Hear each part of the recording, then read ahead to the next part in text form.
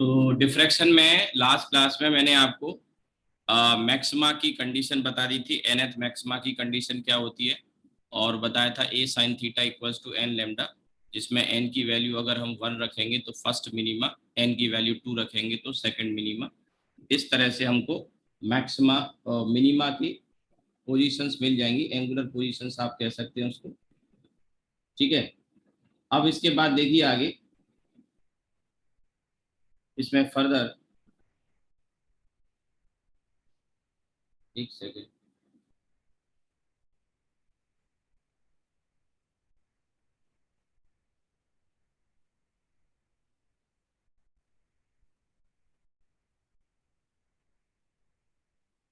हम्म,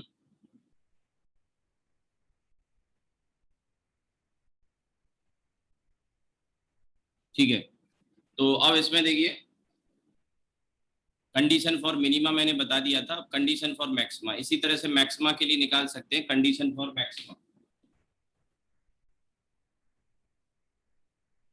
हालांकि कम ही क्वेश्चन आए, सबसे ज्यादा इसमें क्वेश्चन जो पूछे जाते हैं वो सेंट्रल मैक्सिमा की विड्थ को लेके पूछे जाते हैं।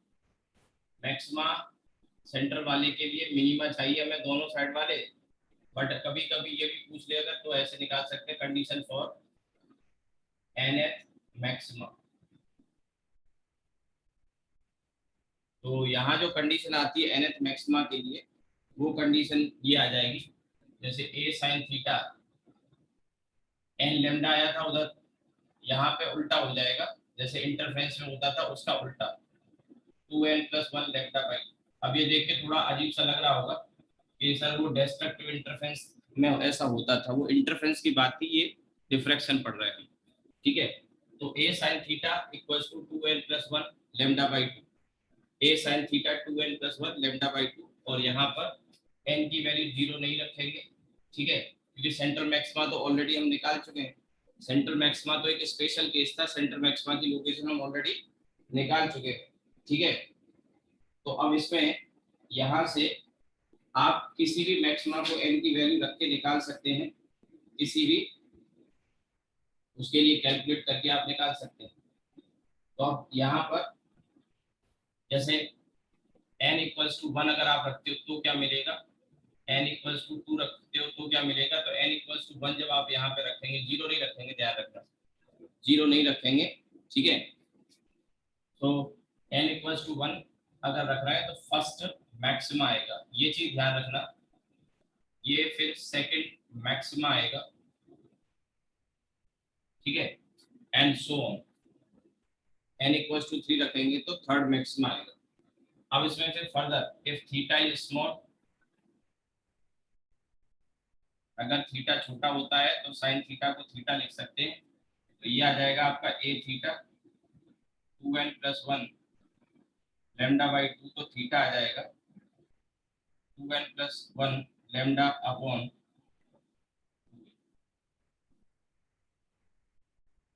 ठीक है, theta equals to 2n+1 lambda upon 2a।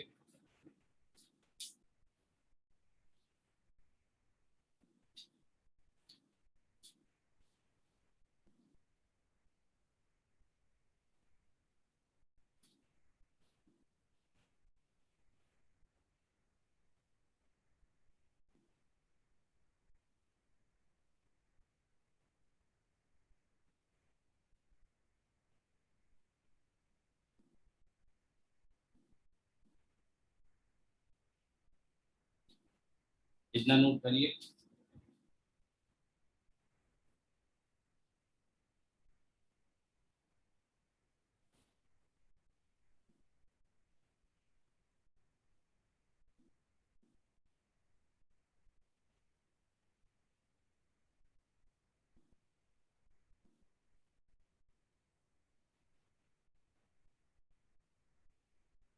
अब एक और बात यहाँ जो समझने की है वो ये है कि जैसे जैसे मैक्सिमा का ऑर्डर, जैसे जैसे मैक्सिमा का ऑर्डर बढ़ता जाता है, मैक्सिमा की इंटेंसिटी कम होती जाती है।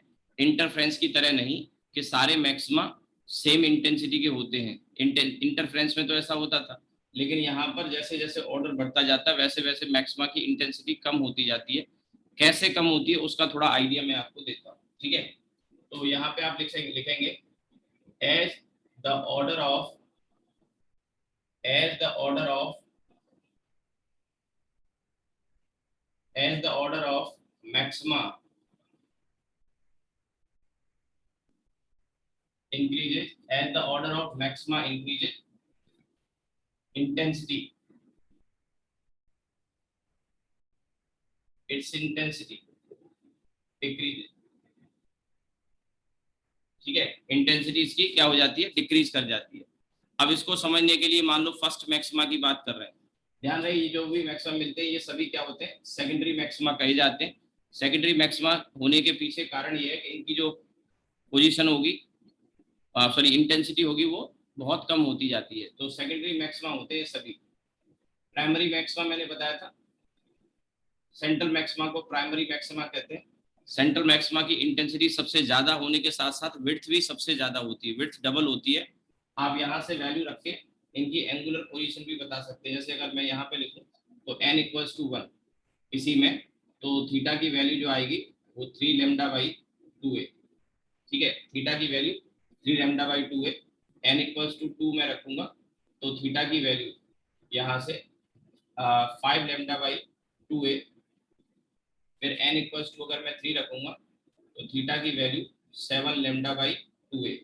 तो आप एक पैटर्न अगर आप नोटिस करें, यहाँ से ये जो डिस्टेंस है ये कितना है, यहाँ से यहाँ पे अगर ये डिस्टेंस नोटिस करें इन दोनों में अंतर, तो ये लैम्डा बाई 2a, दोनों में 2 लैम्डा बाई 2a यानी कि लैम्डा बाई a।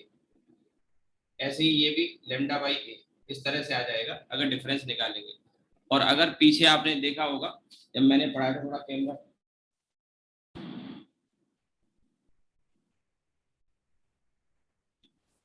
तो ये एक मैक्सिमा, दो मैक्सिमा के बीच का एंगुलर विड्थ है, ये एंगुलर विड्थ है।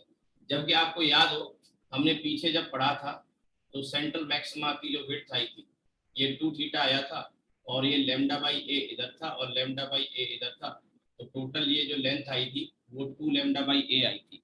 मैं यहाँ थोड़ा सा और हाईलाइट करना चाहूंगा इन चीजों को, ये 2 लैम्डा बाई ए आई थी, जबकि यहाँ पर अब ये जो हमें लैम्डा बाई ए मिला है, ठीक है, इसके बाद नेक्स्ट जो हमें मिल रहा है, ठीक है, वो 3 लैम्डा बाई ए पे जाके मिल रहा है, 3 लैम्डा बाई 2a पे जाके, सॉरी यहाँ पे जाके। ठीक है, इसी तरह से आगे हमें मिलते जाएंगे। तो कहने का मेरा मतलब है कि विड्थ जो है वो कम होती जाती है, विड्थ कम होती जाती है, सबसे ज्यादा सेंट्रल मैक्सिमा की ही विड्थ होती है, सबसे ज्यादा सेंट्रल मैक्सिमा की विड्थ होती है। नाउ इसके बाद आगे देखिए, मैं कह रहा हूँ as the order of maxima increases its intensity decreases. तो अब इसमें पहले n इक्वल्स टू 1 के लिए मैं थोड़ा सा समझा देता हूँ। n इक्वल्स टू 1 के लिए, for n equals to 1 theta की वैल्यू अभी हमने निकाल ली, ये आ गया 3 लैम्डा बाई 2a। ठीक है, अब इसको समझने के लिए यहाँ पर मैं बताऊंगा कि जैसे जैसे ऑर्डर बढ़ता है, जो ऑर्डर होगा स्लिट को उतने ही पार्ट में डिवाइड कर लो। क्यों कर लो वो मैं अभी समझाता हूँ। ठीक है, तो अब जैसे हम यहाँ पे ये निकाल रहे हैं lambda equals to 3 lambda by 3 का फैक्टर आ रहा है, तो स्लिट को 3 पार्ट में डिवाइड करो सबसे पहले। तो नाउ डिवाइड, अभी समझ में आएगा 3 में क्यों। जब ये 5 वाला होगा तो स्लिट को 5 पार्ट में डिवाइड करेंगे, 7 वाला होगा 7 पार्ट में डिवाइड करेंगे। क्यों करेंगे अभी क्लियर हो जाएगा। Now divide the slit into 3 parts and take its 2/3 part। इसका 2/3 पार्ट आप कंसीडर करें। ठीक है, इसका 2/3 पार्ट, तो वो 2/3 पार्ट हो जाएगा 2a/3। ठीक है, 2/3 पार्ट हो जाएगा 2a/3। अब देखिए इसमें आगे, now divide the slit into 3 part. तो अब निकालेंगे इसका पाथ डिफरेंस। तो पाथ डिफरेंस आपने देखा था a sin थीटा टाइप का आता था, क्या आता था, a sin थीटा। तो 2/3 पार्ट से जब निकालेंगे तो वो आ जाएगा 2a/3। ठीक है, तो और 2a/3 sin theta and the path difference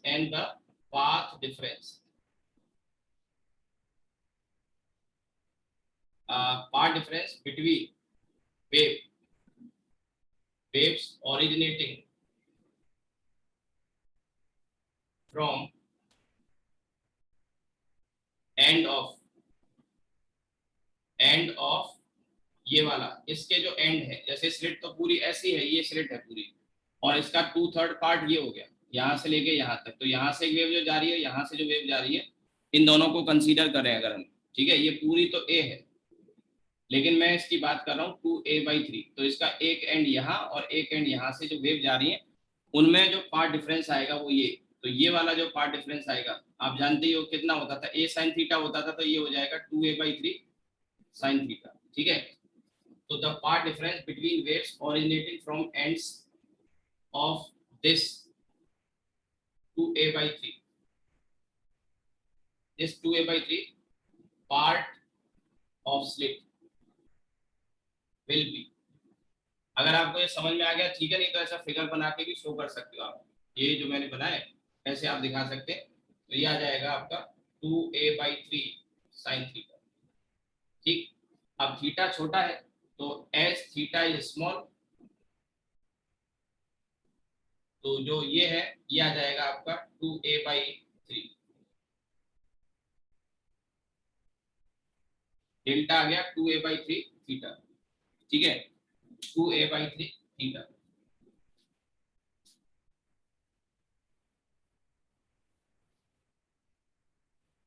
तो अब यहाँ पे देखिए ये पाथ डिफरेंस आया 2a/3 थीटा, और थीटा की वैल्यू ये रही, थीटा की वैल्यू ऊपर से हमने रख दी। तो अब यहाँ से जो रिजल्ट हमें मिलने वाला है वो बड़ा इंटरेस्टिंग आने वाला है। 2a से 2a गया, 3 से 3 गया, ये क्या आ गया लैम्डा। अब इस लैम्डा का मतलब समझो क्या है, ध्यान रहे, अभी भी 1/3 वाला पार्ट ऐसा है स्लिट का जो हमने अभी कंसीडर नहीं किया, अभी वो कंसीडर नहीं किया, अभी केवल इतना कंसीडर किया, और यहाँ से जो पार्ट डिफरेंस आया लैम्डा सॉरी। अब देखिए इस लैम्डा का मतलब क्या है कि जो स्लिट के 2/3 पार्ट किए थे, यहाँ पे समझो जो स्लिट के आपने 2a/3 पार्ट किया है, इसके 3 पार्ट किए आपने, ये हो गया a/3 a/3 a/3, है ना। अब यहाँ पे देखिए ये जो a/3 वाला पार्ट है, तो अगर ये 2a/3 से हमें लैम्डा मिला है, तो a/3 से कितना मिलेगा लैम्डा/2, लैम्डा/2। तो अब ये दोनों वेव एक दूसरे को डिस्ट्रॉय कर देंगे, ये दोनों वेव एक दूसरे को डिस्ट्रॉय कर देंगे, बताया था ना लैम्डा/2 होता है तो क्रस्ट के ऊपर ट्रफ के ऊपर क्रस्ट आता है। तो अब यहाँ पे ये इसमें डिस्ट्रक्टिव शॉर्ट में लिख दिया है, या मैं कहूँ वेव एक दूसरे को डिस्ट्रॉय करेंगे, या वेव विल डिस्ट्रॉय, ऐसे लिख लेते हैं ईच अदर। ऐसे यहाँ पे भी same, wave will destroy each other, ठीक है, wave will destroy each other यहाँ पे। तो इन शॉर्ट ये वाला हो जाएगा, पूरा मिला के होगा, ध्यान रही। अब रह जाता है ये वाला 1/3 वाला पार्ट रह जाता है, 1/3 वाला पार्ट, इसकी इंटेंसिटी वहां पहुंचेगी। इसी तरह से आगे जब हम बढ़ेंगे आगे नेक्स्ट, तो अब ये वाला जब केस आएगा, आप समझिएगा, ये वाला जब केस आएगा तो यहाँ 5 λ/2a हो जाएगा। बस इसमें देख लो, अगला वाला केस करके नहीं बताऊंगा मैं, ये 5 λ/2a हो जाएगा। 5 λ/2 हो जाएगा तो क्या करना है आपको, स्लिट के 5 पार्ट करने हैं, 5 पार्ट, और उनमें से 4 पार्ट ले लेंगे। तो 4 पार्ट जब आप लेंगे तो ये जैसे एक्सप्रेशन आया उसी तरह से यहाँ पे समझो 4a/5 थीटा आ जाएगा, जैसे ये है ना 2a/3, तो 3 पार्ट किए, एक को छोड़ दिया, एक को छोड़ दिया, तो 2/3 बचा, तो 2a/3, तो ऐसे ही 5 में से 4 पार्ट ले लेंगे, एक को छोड़ देंगे, तो ये आ जाएगा 4a/थीटा, और थीटा की वैल्यू यहाँ से आप अंदाजा लगा सकते हैं, ये आ जाएगा। तो अगर मैं इसमें लिखूं, ये यहाँ पे देखिए ये आ जाएगा 5 λ/2a, तो 5 से 5 चला जाएगा, 2a से ये 2 टाइम्स, तो 2 λ आ जाएगा। अब इस 2 λ में भी क्या करेंगे आप, इसमें स्लिट के ये 4 और ये 5, तो इन चारों से मिला के 2 λ आ रहा है, तो हर एक से यहाँ पे λ/2 λ/2 λ/2 λ/2, ये तो एक दूसरे को डिस्ट्रॉय कर देंगे। एक 5वां पार्ट बचा रह जाएगा, स्लिट का 5वां पार्ट बचा रह जाएगा, ठीक है। वो 5वां पार्ट जो बचेगा, वो आपके मन में आ रहा है कि पूरा क्यों नहीं लिया, क्योंकि पूरा अगर लेंगे तो हमें ये लैम्डा के मल्टीपल में मिलेगा नहीं, जैसे लैम्डा मिला है, यहाँ 2 λ मिला है, अगले वाले में 3 λ मिलेगा, एंड सो ऑन, अगर पूरी सेट लेते तो आप देख रहे हैं कि पहले केस में सेंट्रल मैक्सिमम में पूरे उससे हमने इंटेंसिटी को कंसीडर किया। यहाँ पे हमने फर्स्ट मिनिमा के केस में 1/3 पार्ट से इंटेंसिटी ही बची रह जाती है, बाकी तो डिस्ट्रॉय कर देगा। और जो थर्ड वाला केस आएगा n=2 वाला जो केस आएगा, इसमें आप देखेंगे कि स्लिट का 1/5 पार्ट ही इंटेंसिटी दे रहा होगा, बाकी डिस्ट्रॉय हो जाएगा। इसके बाद नेक्स्ट उसमें जाएंगे हम n=3 में जाएंगे तो 7th पार्ट से ही इंटेंसिटी मिल रही होगी, ठीक है, एंड सो ऑन। आप समझ रहे हो कि स्लिट का पूरा हिस्से से इंटेंसिटी नहीं पहुंच पा रही है, या हम कहें कि वो डिस्ट्रॉय हो जा रही है। उसके जैसे जैसे मैक्सिमा का ऑर्डर बढ़ रहा है वैसे वैसे इंटेंसिटी रिड्यूस होती जा रही है, क्योंकि स्लिट का पार्ट से जो अवेलेबल है इंटेंसिटी वहां पर वो कम होती जा रही है। जैसे पहले वाले केस में 1/3 पार्ट से पहुंची, दूसरे वाले में 1/5 पार्ट से पहुंची, तीसरे वाले में 1/7 पार्ट से पहुंची, ठीक है। इस तरह से ये क्या करेगा, एक दूसरे को कंप्लीटली डिस्ट्रॉय कर देगा, एक दूसरे को क्या कर देगा, कंप्लीटली डिस्ट्रॉय कर देगा, ठीक है। आई होप के पास समझ में आई होगी आपको, ठीक है। तो इसीलिए मैक्सिमा के जब ऑर्डर बढ़ते हैं तो इंटेंसिटी रिड्यूस होती जाती है, ठीक। तो अब यहाँ पे लिख सकते हैं 10 wave from 2/3 part of slip completely destroy each other and at position of first maxima we get intensity from 1/3 part from 1/3 part of the slit, 1/3 part of the slit, ठीक है। स्लिट के 1/3 पार्ट से ही हमें केवल intensity मिलेगी, from 1/3 part of the slit, ठीक है। Similarly we can show, मैं लिख भी देता हूं, similarly we can show for second maxima, similarly we can show for second maxima we get intensity, second maxima के लिए इंटेंसिटी कौन से पार्ट से मिलेगी, 1/5 पार्ट से मिलेगी।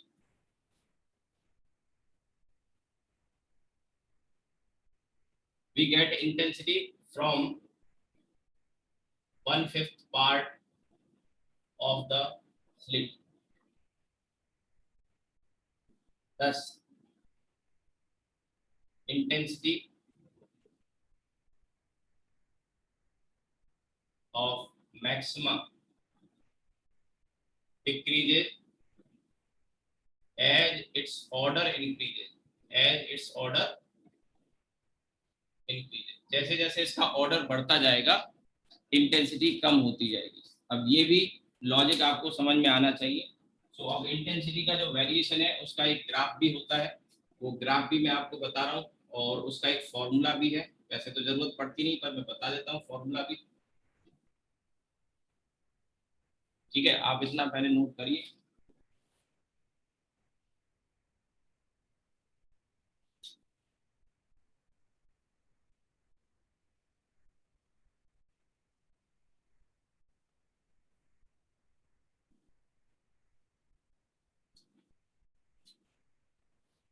अब एक और चीज मैं बता दूं कि इंटरफ्रेंस की तरह डिफ्रैक्शन में भी एनर्जी कंजर्व तो रहती है, बट वो अनलाइक इंटरफ्रेंस अनइक्वली डिस्ट्रीब्यूट हो जाती है, ठीक है।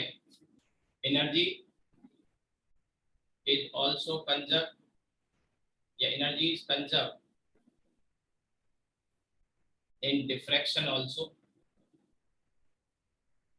Energy is conserve in diffraction also, ठीक है। However energy is also conserved in diffraction also, however it is unequally distributed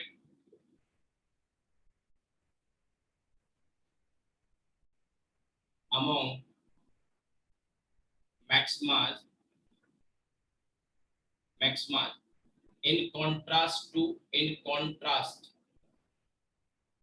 interference के contrast में, और contrast ये था कि where in contrast to interference where intensity is equally distributed among maxima, ठीक है, इक्वली डिस्ट्रीब्यूट हो जाती है मैक्सिमा, ठीक है। अब इसका जो ग्राफ है उसका वेरिएशन मैं आपको बताता हूं।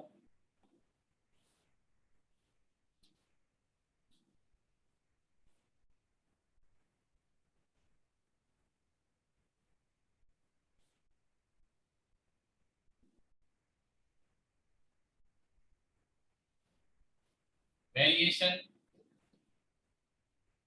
Of intensity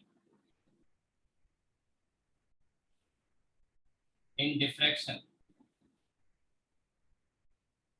pattern is given by IR I naught sin square beta upon beta square. ये बीटा कोई फ्रिंज विड्थ वगैरह नहीं है, ठीक है। IR यानी resultant intensity, I not sin square beta upon beta square, ठीक है। ये बीटा क्या है, बीटा की वैल्यू ये है, where beta equals to pi upon lambda A sine theta. ये A sine theta path difference हो गया।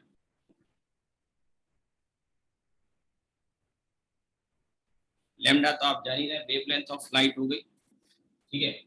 तो अब इसका जो ग्राफ आता है वो इस तरह से, ऐसे,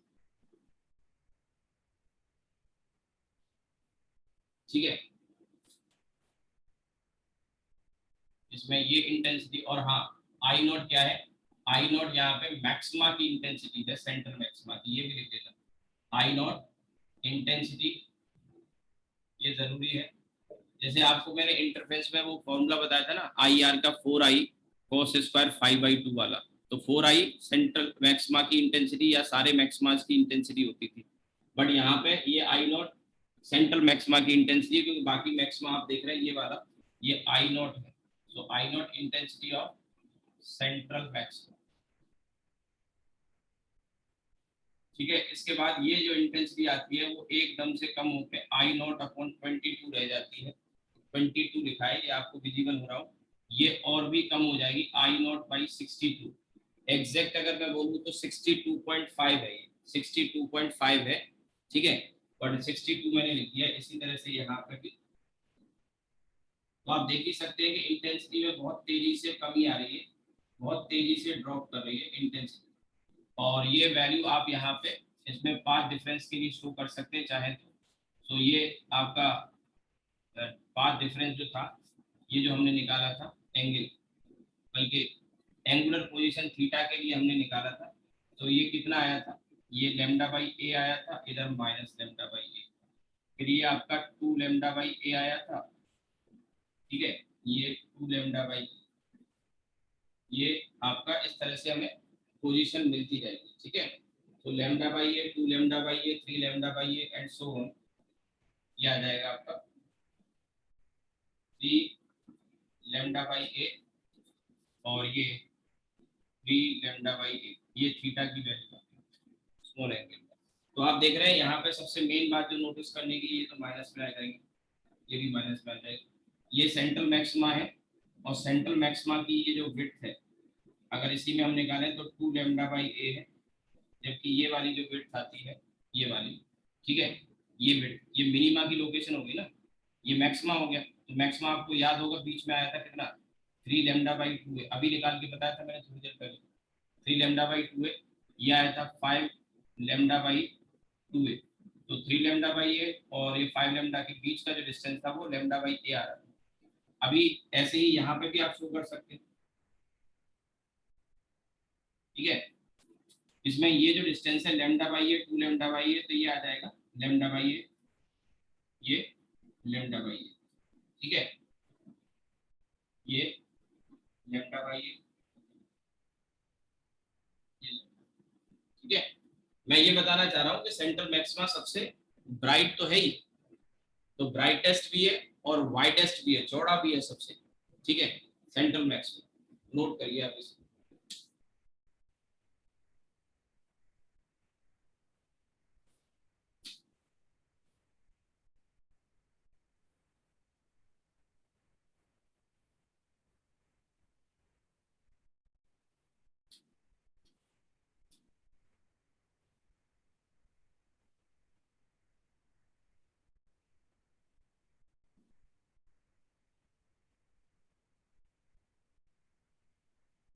अब आते हैं इसके बाद एक खास टॉपिक इसी में, कंपैरिजन, इंटरफेरेंस और डिफ्रैक्शन में अंतर क्या है, क्योंकि इसको लेके क्वेश्चन आपको मिल जाएंगे, उसमें ऑब्जेक्टिव ऑप्शंस वगैरह दिए हो सकते हैं, तो किस टाइप के क्वेश्चंस हो सकते हैं इसमें, उसको समझने के लिए यहाँ सबसे पहले मैं कंपैरिजन में पॉइंट लिखा रहा हूँ, comparison between interference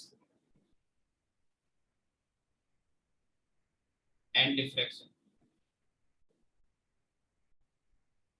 comparison between interference and diffraction, interference और डिफ्रैक्शन में एक कंपैरिजन, ठीक है, तो comparison between interference and diffraction, तो इसमें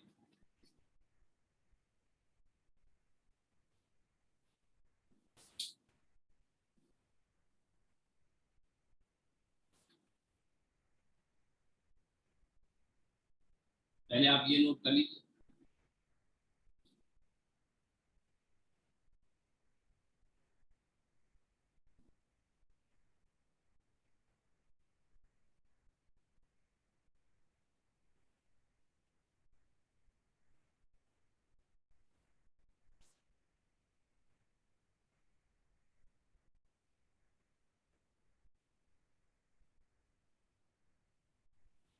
ठीक है।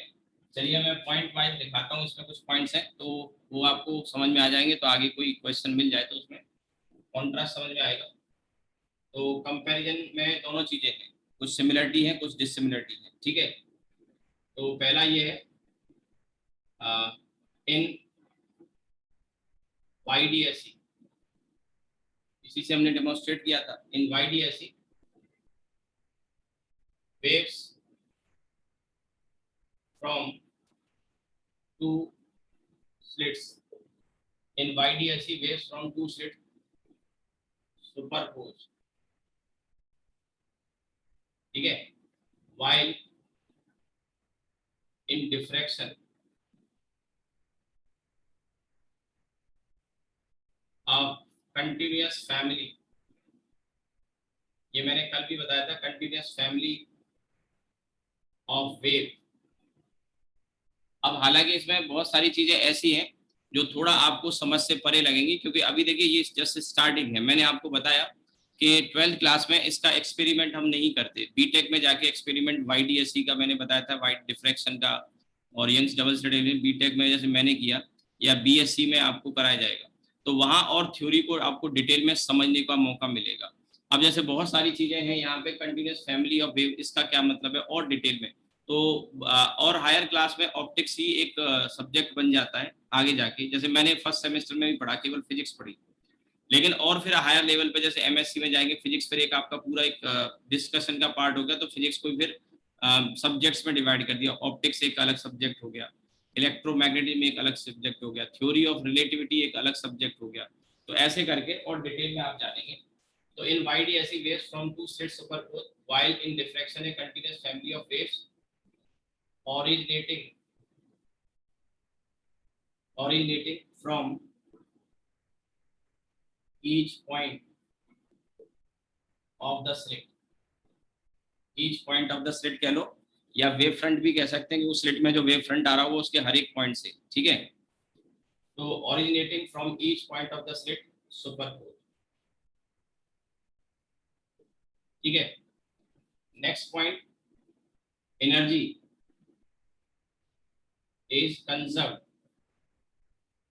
energy is conserved in both दोनों में एनर्जी कंजर्व होती है, ठीक है।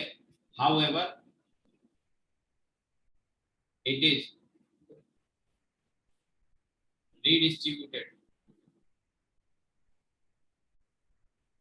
it is redistributed in the form of maxima and minima, ठीक है। इसी में इन interference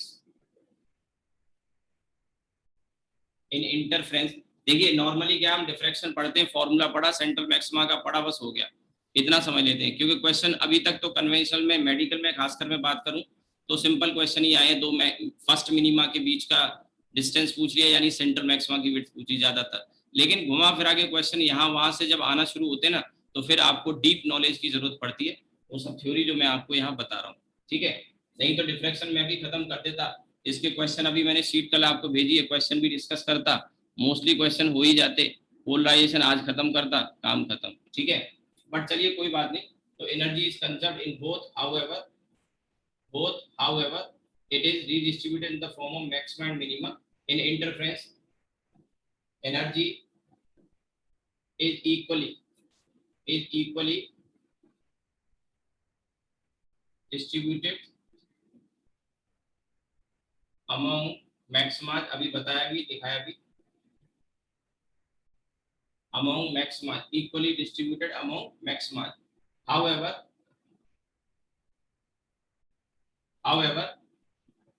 in diffraction,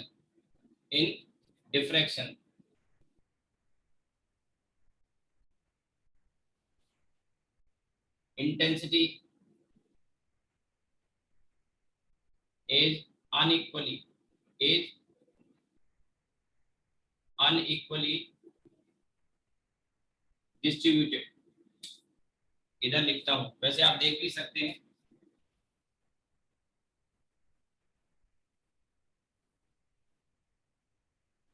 unequally distributed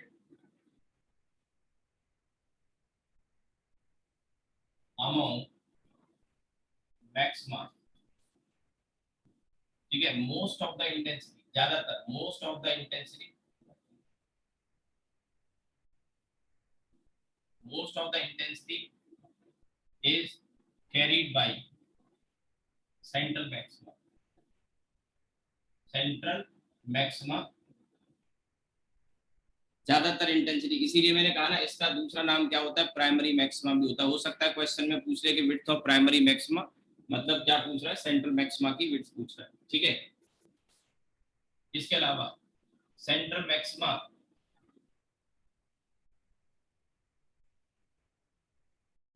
of diffraction is widest, सबसे चौड़ा होता है, वाइडेस्ट सबसे चौड़ा होता है, widest and brightest among all maximas. Therefore, it is also called primary maxima. जबकि इंटरफ्रेंस के जो मैक्सिमा होते हैं वो सभी इक्वली ब्राइट होते हैं, सबकी इंटेंसिटी हमने देखी थी 4i 4i 4i थी। But in interference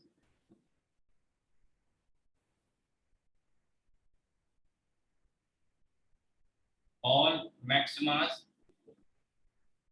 are equally wide, सबकी चौड़ाई बराबर होती है। आप देख ही सकते हैं यहाँ पे 2 है, जस्ट डबल है, ये भी ध्यान रख सकते हैं, इससे डबल होती है, बाकी सब बराबर है। ये सब जितने भी होते हैं ये सब सेकेंडरी का कहे जाते हैं, सेकेंडरी, ये प्राइमरी। इक्वली वाइड, चौड़ाई और ब्राइट, ठीक है। ये सब मैं लिखा रहा हूँ कि बाद में आप रिवीजन करेंगे तो ये चीजें काम आ जाएंगी, ठीक है।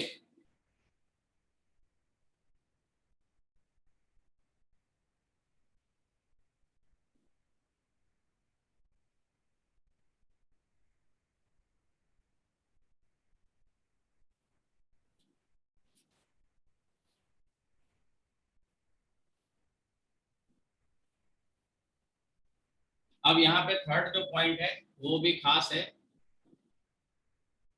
इन वाईडीएसई, YDSE, in YDSE, there is interference. In YDSE, there is interference from two slits. दोनों स्लिट से इंटरफेरेंस होता है, but there is also diffraction. There is also diffraction from each slit. There is also diffraction from each slit, and thus both are formed. Thus both pattern diffraction का भी, thus both pattern, both pattern मतलब interference का diffraction का, thus both pattern form on screen, and it is very hard to differentiate between them. इनमें अंतर करना बहुत मुश्किल होता है. Hard to differentiate between them. ठीक है. लेकिन एक चीज मैं बता दूं, जब हम बात करते हैं कि कुछ वेव 2 या 3 या 4 वेव डिफरेंस सुपरपोज कर रही हैं, तो इसका मतलब इंटरफ्रेंस है. और जब बहुत सारी वेव सुपरपोज कर रही हैं, तो इसका मतलब डिफ्रैक्शन है. डिफ्रैक्शन में मैंने कहा ना, कंटिन्यूअस फैमिली ऑफ वेव. तो जब बहुत सारी वेव की बात कर रहा हो कि बहुत सारी वेव सुपरपोज कर रही हैं, it means there is diffraction. ठीक है. और जब कहा जाए 2, 3, 4 वेव अगर सुपरपोज कर रही हैं, कुछ ही वेव कर रही हैं, तो उसका मतलब क्या होता है? इंटरफ्रेंस होता है. ठीक है. तो अब सवाल यह है कि जब दोनों पैटर्न बनते हैं, तो हमको इंटरफ्रेंस का ही पैटर्न कैसे नजर आता है सिंगल. तो इसको हम आगे समझेंगे.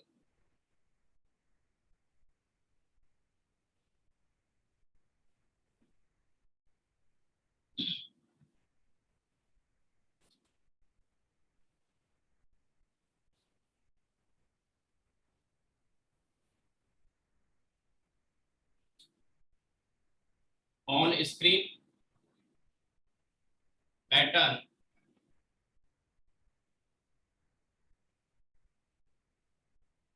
Form is as shown. ऐसा कुछ पैटर्न बनता है जो मैं आपको कल बता भी रहा था कि ये जो ऊपर ऐसे आ रहा है, ये सेंट्रल मैक्सिमा है. किसका? डिफ्रैक्शन का. सेंट्रल मैक्सिमा है ये डिफ्रैक्शन का. और फिर इसके नीचे ये ऐसी इंटरफ्रेंस की पतली पतली फ्रिंजेस बनती है.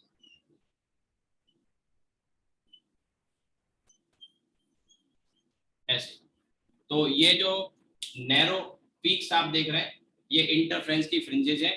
और ये जो ऊपर ब्लैक में ये पूरा इसमें देख रहे हैं, ये सेंट्रल मैक्सिमा है. Central maxima of diffraction. ठीक है. और ये वाले जो आप देख रहे हैं, these are narrow peaks of interference fringes. ठीक है. तो on screen both pattern formed is both patterns are formed. ऐसे लिखो, both pattern are formed. थोड़ा बेटर लगेगी language. Are formed as shown below. ऐसे कर लें. तो ये जो ब्लैक में मैंने बनाया है, ये आपका ब्लैक वाला, ये सेंट्रल मैक्सिमा है डिफ्रैक्शन का. और इसी के नीचे आप देख सकते हैं इंटरफ्रेंस की काफी सारी फ्रिंजेस पतली पतली नजर आ रही है. ठीक है. और अभी आप एक चीज कह सकते हैं कि सर ये तो बराबर नहीं है. हाँ, तो मैंने कब कहा? बराबर करने के लिए हमको इसमें एक ऐसी कंडीशन लगानी पड़ती है कि ये जो सेंट्रल मैक्सिमा का जो एनवलप टाइप का है, वो फ्लैट हो जाए. जब ये फ्लैट हो जाएगा ना, तो ये तो थोड़ा कम हो जाएगी, और ये यहाँ पे इंटेंसिटी बढ़ जाएगी. ठीक है. ये थोड़ा कम हो जाएगा, और यहाँ पे इंटेंसिटी बढ़ जाएगी. ये शार्प और ब्राइट फ्रिंजेस बनती हैं इसमें. तो पहले आप ये नोट कर लो.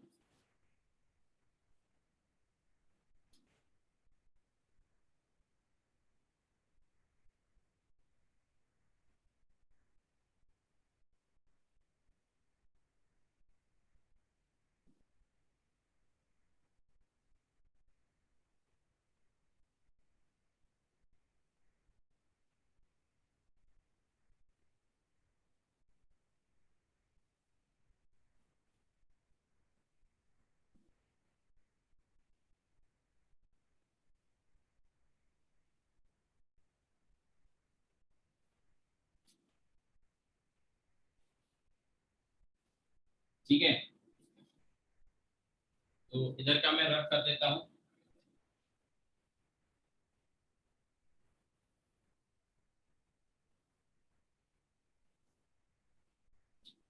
अब इसमें यहाँ पे जो मैंने बनाया, इसमें मैंने बता दिया कि ये narrow peaks of interference fringes हैं। ठीक है, तो अब इसमें ये कितनी फ्रिंजेस इसके नीचे बनेंगी सेंट्रल मैक्सिमा के, ये डिपेंड करता है डी और ए का जो रेशियो होता है। ठीक है, तो number of fringes, interference fringes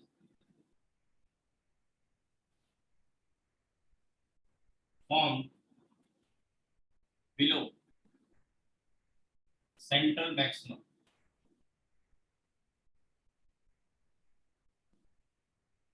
below central maximum depends upon ratio d by a। अब ये d by a क्या है, मैंने कल समझाया था, फिर एक बार समझ लो। जैसे मैंने कहा था कि YDSE में ये जो दो स्लिट होती है, तो इनके बीच का ये जो डिस्टेंस है ये d है, और ये जो होता है ये स्लिट का साइज होता है। ठीक है, तो मैंने कहा ना कि यहाँ दोनों से आगे जाके इंटरफेरेंस होगा वेव जो जा रही है, और एक इंडिविजुअल सिंगल स्लिट और सिंगल स्लिट, इनसे अपने अपने डिफ्रैक्शन के पैटर्न बन रहे होंगे। ठीक है, तो ये जो रेशियो है डी बाई ए, इस पर डिपेंड करेगा कि इसके नीचे कितनी फ्रिंजेज आएंगी और क्या उनकी इंटेंसिटी होगी। फिर इसमें आगे मैं लिख रहा हूँ, if D is much larger than A. अब पहले से ही डी क्या होता है, वैसे ही बहुत छोटा होता है, मैंने बताया था बहुत पास पास स्लिट होनी चाहिए, इससे फ्रिंज विड्थ बढ़ जाती है। तो ये अपने आप में पहले से ही बहुत छोटा है, तो ए और भी छोटा हो गया। इसका मतलब ये हुआ ना कि ए की वैल्यू लगभग जीरो होगी, ए की वैल्यू जीरो, मतलब स्लिट की जो विड्थ है वो बहुत कम होनी चाहिए, कहने का मतलब ये है। तब अगर ऐसा होगा then central maxima, central maxima एकदम फ्लैट हो जाएगा। ये जो सेंट्रल मैक्सिमा है ना, अगर ऐसा होगा, ये कंडीशन ध्यान रखना, then central maxima becomes flat, central maxima becomes flat. ठीक है, and the interference fringes below it, below it is below it is below it becomes equally bright, equally bright, and we can say, और यहां से हम ये भी कह सकते हैं, एंड वी कैन से क्या कह सकते हैं कि जो फ्रिंजेस है इंटरफेरेंस की वो ब्राइट हो गई। इसका मतलब समझ में आया, इसका मतलब ये आया समझ में कि इंटरफेरेंस का पैटर्न अब डोमिनेट कर रहा है, और जो सेंट्रल मैक्सिमा आ रहा था डिफ्रैक्शन का वो खत्म हो चुका है। तो एक तरह से सेंट्रल मैक्सिमा का फ्लैट हो जाने का मतलब है कि डिफ्रैक्शन का पैटर्न कमजोर हो गया, वो दिखाई नहीं देगा, और इंटरफेरेंस का पैटर्न डोमिनेट करने लगेगा, इंटरफेरेंस का पैटर्न डोमिनेट करने लगेगा। Equally bright, and we can say that pattern diffraction pattern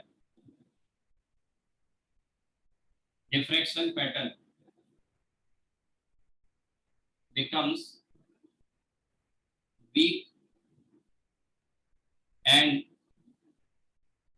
interference pattern dominates, dominate। अब जैसे हमने जब YDSE का एक्सपेरिमेंट पढ़ा था, तो उस समय मैंने आपसे क्या कहा था, मैंने ये कहा था कि ये कंडीशन हम लेके चलते हैं कि स्लिट की विड्थ इससे बहुत छोटी होगी, और ये कैपिटल वाला जो डी था उससे बहुत छोटा होगा। पर मैंने कहा था कि आगे जाके ये बातें आपको समझ में आएंगी। तो अब इसमें ये इस तरह का कुछ हो जाएगा कि ये तो नीचे वाला ये जो लाइन है ये हो गई, और ये डिफ्रैक्शन का पैटर्न हो गया, और इसके नीचे ये फ्रिंजेस बनेंगी इंटरफ्रेंस की, और ये पैटर्न जो हम देख चुके हैं वो वाला पैटर्न मिलेगा।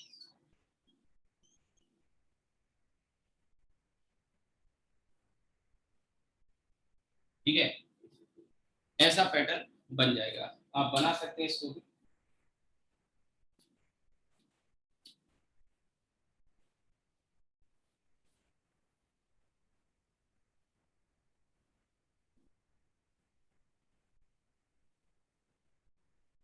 एक छोटा सा सवाल कि अगर मान लीजिए YDSC experiment, what will happen, if one of the two slits in YDSC is closed. अगर दो स्लिट में से एक स्लिट को बंद कर दिया, एक्सपेरिमेंट कर रहे थे और एक्सपेरिमेंट करने के दौरान हमने दो में से एक स्लिट को बंद कर दिया, क्या देखोगे? जाहिर सी बात है कि वहां पे इंटरफेरेंस का जो पैटर्न था वो गायब हो जाएगा, क्योंकि उसके लिए दो स्लिट तो कम से कम चाहिए ही चाहिए। गायब हो जाएगा तो फिर भी एक स्लिट तो बची रह जाएगी, जैसे एक स्लिट को आपने ऑफ कर दिया, यहाँ से बंद कर दिया, तो अब क्या होगा? एक तो सबसे पहली बात, पैटर्न इंटरफेरेंस का गायब हो जाएगा, एक बात। दूसरी बात, वहां केवल डिफ्रैक्शन का पैटर्न होगा, लेकिन डिफ्रैक्शन का जो पैटर्न होगा उसकी बात अलग है। उसमें बात यह है कि जो यहाँ पे आपने देखा था, जैसे सेंट्रल मैक्सिमा इंटरफेरेंस में जो सेंट्रल मैक्सिमा बनता था वो यहाँ दोनों स्लिट के बीच में बनता था, लेकिन अभी अगर मान लो ये बंद कर दिया तो ये सेंट्रल मैक्सिमा यहाँ बीच में से खिसक के इसके सामने पहुंच जाएगा। आपको भी याद होगा स्लिट के सामने ही सेंट्रल मैक्सिमा बनता था। दूसरी बात बल्कि तीसरी बात, कि जो सेंट्रल मैक्सिमा यहाँ बनेगा, अब उसकी ब्राइटनेस और वाइडनेस दोनों बढ़ जाएगी, वो ज्यादा चौड़ा हो जाएगा और ज्यादा ब्राइट हो जाएगा। बाकी के मैक्सिमा जो इंटरफेरेंस में इक्वली ब्राइट थे वो अब ऐसे नहीं रहे, उनकी इंटेंसिटी क्या हो गई? डिक्रीज कर गई। तो यहाँ पे जो changes following changes are observe, क्या क्या? पहला, फॉलोइंग चेंजेस आर ऑब्जर्व, पहला क्या है? Interference pattern disappear. ठीक है, इंटरफेरेंस का जो पैटर्न है वो डिसअपीयर हो जाता है। दूसरा, सेंट्रल मैक्सिमा शिफ्ट हो जाएगा ओपन स्लिट के सामने, central maxima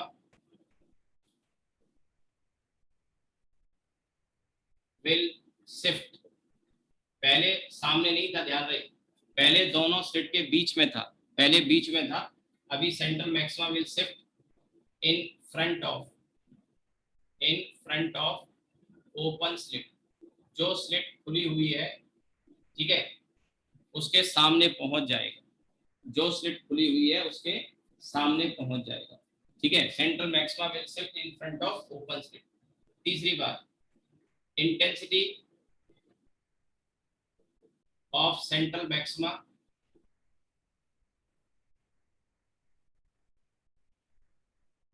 intensity of central maxima and its width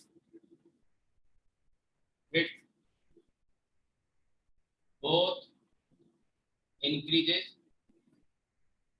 as compared to other maxima। ठीक है, ये कंपैरिजन हो गया, मेरे ख्याल से काफी कुछ मैंने बता दिया, बहुत है ये। अब इसके बाद यहाँ डिफ्रैक्शन का पार्ट तो खत्म हो गया, अब इसके बेसिस पे रिजोल्विंग पावर को समझेंगे। और जो मैंने आपको शीट दी है, उस शीट में मैंने रिजोल्विंग पावर के वो वाले क्वेश्चन जो पिछले डिफेक्ट विजन डिफेक्ट्स में डाल रखे थे, वो सारे क्वेश्चन मैंने यहाँ शिफ्ट कर दिए, दो चार क्वेश्चन इसमें और भी ऐड मैंने किए हैं। तो अब यहाँ क्योंकि रिजोल्विंग पावर को अब यहाँ समझेंगे, ठीक से जानेंगे, तो क्या होता है रिजोल्विंग पावर ये देखते हैं, और उसमें डिफ्रैक्शन का रोल क्या है ये भी हम समझेंगे। ठीक है,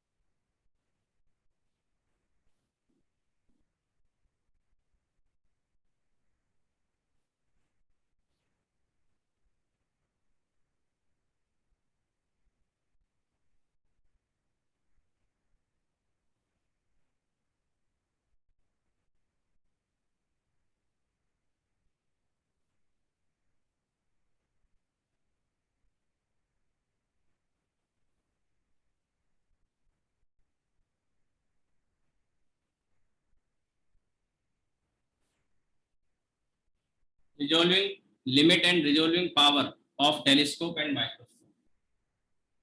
ठीक है, टेलीस्कोप और माइक्रोस्कोप की रिजॉल्विंग पावर और रिजॉल्विंग लिमिट। तो सबसे पहले तो रिजॉल्विंग लिमिट और रिजॉल्विंग पावर, इसमें जो रिलेशन होता है वो इनवर्स का है। Resolving power is reciprocal of resolving limit. ठीक है, तो एक बात तो ये समझिए कि रिजॉल्विंग पावर और ये आपका रिजॉल्विंग लिमिट रेसिप्रोकल है। तो अगर हम रिजॉल्विंग लिमिट निकाल पाए तो रिजॉल्विंग पावर निकाल लेंगे, और कोई भी एक दूसरे से निकाला जा सकता है। अब रिजॉल्विंग पावर और रिजॉल्विंग लिमिट में सबसे पहले ह्यूमन आई की रिजॉल्विंग लिमिट क्या है। अब रिजॉल्विंग लिमिट क्या है वो मैं बताऊंगा अभी, बट उसकी वैल्यू क्या है। Resolving limit of human I, resolving limit of human I is 1 minute. 1 minute का मतलब होता है 60 1/60 डिग्री। कभी कभी क्वेश्चन में आपको इसकी जरूरत पड़ जाएगी। एंगल में एक्सप्रेस कर रहा हूं मैं, और ये resolving limit of human I is 1 minute. अब कंपाउंड माइक्रोस्कोप है या टेलीस्कोप है, ये क्या करेंगे, उस लिमिट को कम करेंगे और पावर को बढ़ा देते हैं, क्योंकि नेकेड आई से हम उसको रिजोल्व नहीं कर पाते हैं, तब हमें इसकी जरूरत पड़ती है माइक्रोस्कोप और टेलीस्कोप की। ठीक है, तो अब सबसे पहले तो रिजोल्विंग लिमिट क्या है। ठीक है, ये वो मिनिमम वैल्यू है या ये वो डिस्टेंस है या वो एंगल है दो पॉइंट्स के बीच में, मिनिमम कम से कम जिस एंगल के लिए हम उन दो पॉइंट्स को अलग अलग देख पाते हैं। रिजोल्विंग पावर क्या है, हमारी आई या टेलीस्कोप या माइक्रोस्कोप की वो क्षमता जो इनको अलग अलग दिखा सके, अलग अलग मर्ज ना दिखाई दे। ठीक है, जैसे कभी आपने देखा होगा मोबाइल आप खरीदने जाते हैं, है ना, तो मोबाइल जब आप खरीदने जाते हैं तो आप क्या करते हैं, देखते हैं इसका कैमरा कैसा है। तो कैमरा कैसे चेक किया, क्लिक किया फोटो, और क्लिक करके फिर आप उसको जब जूम करते हो ना, अपना फेस अपना फोटो किया, स्माइल वगैरह बढ़िया से देके फोटो खिंचाया आपने, फिर आप देखते हैं कि एप्पल का आईफोन करता रहता है कि आईफोन 12 आया, लोग दिखाते हैं, है ना, सबसे वाहियात फोन लगते हैं मुझे तो। मैंने भी एक ले लिया था ऐसी शौक में, आपको भी पता है। लेकिन मैं कह रहा हूँ कि फिर भी कोई और ब्रांड ले लिया, चाइनीज ले लिया, ओप्पो ले लिया, वीवो ले लिया या सैमसंग का ले लिया, किसी भी ब्रांड का आपने ले लिया, तो आप क्या करते हैं, कंपैरिजन करते हैं। एप्पल का लिया, फोटो खींच के देखा, शौक में ले आए, मालूम पड़ा कि जब उसको फोटो खींच के जूम किया तो पिक्सल फट रहे थे। लेकिन जब छोटा करते तो वो पिक्सल मर्ज कर जाते, लेकिन जब जूम करते हैं, ठीक है, किसी भी ब्रांड का हो, सैमसंग का हो या किसी कंपनी का, कंपैरिजन करते हैं, तो हम क्या करते हैं, जब उसको जूम कर रहे होते हैं तो देखते हैं पिक्सल फट रहे हैं क्या। अगर पिक्सल फटते हैं जूम करने पर तो वो कैमरा अच्छा नहीं लगता हमको, बोले यार क्वालिटी अच्छी नहीं, देखो इसका कितना जूम कर रहा है फिर भी पिक्सल नहीं फट रहे। तो मतलब क्या है कि उनमें जो पॉइंट जो होते हैं, हमारी कोई भी इमेज बनती है, पिक्चर जो बनती है, वो डॉट डॉट डॉट डॉट करके बनती है। या कभी आपने नोटिस किया हो, प्रिंटर जब प्रिंट करता है, इंक जेट वाले जो प्रिंटर होते हैं, वो इंक को स्प्रे करके प्रिंट करते हैं, तो उसमें क्या करते हैं, डिफरेंट डिफरेंट कलर के इंक को स्प्रे कर देते हैं, तो डॉट डॉट डॉट स्प्रे होते हैं। उन्हीं को अगर जूम करके देखते हैं तो वो डॉट अलग नजर आने लगते हैं। ये जो अलग करने की जो क्षमता होती है, ऐसी हमारी आंखों में या टेलीस्कोप में दो अलग अलग चीज, दो पॉइंट को अलग अलग दिखाने की जो क्षमता होती है, उसी क्षमता को रिजोल्विंग पावर कहते हैं। उसी को क्या कहते हैं, रिजोल्विंग पावर। वो मैंने आपको मोबाइल का एग्जाम्पल देके समझाया, लेकिन इसका मतलब रिजोल्विंग पावर नहीं है मोबाइल की, वो तो आप जूम करके देख रहे हो। बट मैं ये बताना चाह रहा हूँ कि जब जूम कर रहे हैं, बड़ा कर रहे हैं, तो वो दो पॉइंट जो चेहरे का जो इमेज बन रही है, वो इमेज पे दाग धब्बे आपको नजर नहीं आ रहे हैं, लेकिन जब जूम करते हैं तो वो डॉट डॉट डॉट डॉट नजर आने लगते हैं। चेहरा कुछ जो इमेज है चेहरे की या हमारी आई है, वो थोड़ा फटी फटी सी इमेज हो जाती है, क्योंकि वो पूरी इमेज वास्तव में बनी किससे होती है, बहुत छोटे छोटे टाइनी डॉट्स से, जिन्हें पिक्सल कहते हैं। पिक्सल का फुल फॉर्म होता है पिक्चर एलिमेंट, वैसे फुल फॉर्म ये होता है, बट उसको बना ऐसे दिएगा पिक्सल। वर्ड तो ये होता है, बट इसका मतलब होता है पिक्चर। पिक्स का मतलब पिक्चर और एलिमेंट। ठीक है, तो पिक्चर को बनाने के लिए सबसे छोटी डॉट इस्तेमाल करी जाती है, डिफरेंट डिफरेंट कलर की, और जब आप जूम कर रहे हो तो वो सारे पॉइंट अलग अलग नजर आने लगते हैं। तो कहते हैं पिक्चर जो है, इमेज जो फट रही है, ब्लर कर रही है, फैल जा रही है, क्लैरिटी नहीं है। ऐसा बोलते हैं कि नहीं बोलते। तो मैं ये नहीं कह रहा हूँ कि उसमें रिजोल्व हो रहा है, बट मैं ये बताना चाह रहा हूँ कि ऐसे ही टेलीस्कोप से जब मून का सरफेस आप देख रहे हैं, तो मून पे आपको दो चट्टाने जो बिल्कुल नेकेड आई से ब्लर टाइप की नजर आ रही थी, मिली हुई नजर आ रही थी, वो डिस्टिंक्ट क्लैरिटी के साथ दूर दूर हमें नजर आएंगी, तो रिजोल्व कर दिया। ठीक है, तो ध्यान रखना, ये मिनिमाइज करने की कोशिश होती है रिजोल्विंग लिमिट, और ये मिनिमाइज करोगे तो ये फिर मैक्सिमाइज होगी। ठीक है, तो रिजोल्विंग पावर अगर बढ़ानी है तो रिजोल्विंग लिमिट को कम करना होगा, यानी कि पॉइंट पास से पास वाले देखने होंगे आपको। ठीक है, तो यहाँ पे हम कह सकते हैं रिजोल्विंग लिमिट आई के केस में हम कह सकते हैं it is the minimum angle subtended, it is the minimum angle subtended by two dots या point कह लो on our eye। अगर आई से देख रहे हैं तो, और टेलीस्कोप से देख रहे हैं।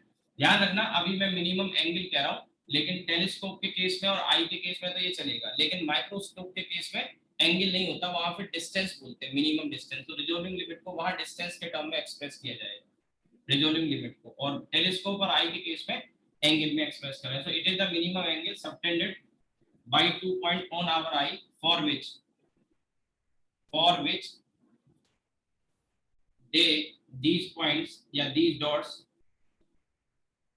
can be seen distinctly।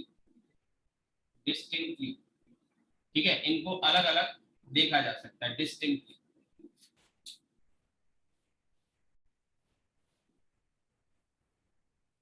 और रिजोल्विंग पावर इसका उल्टा होता है, यानी हमारी आई या लेंस या टेलीस्कोप या माइक्रोस्कोप की वो क्षमता जिसके लिए वो उनको अलग अलग दिखा सके।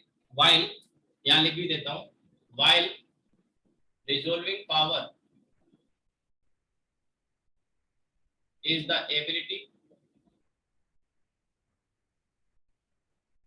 ऑफ आई और लेंस और टेलीस्कोप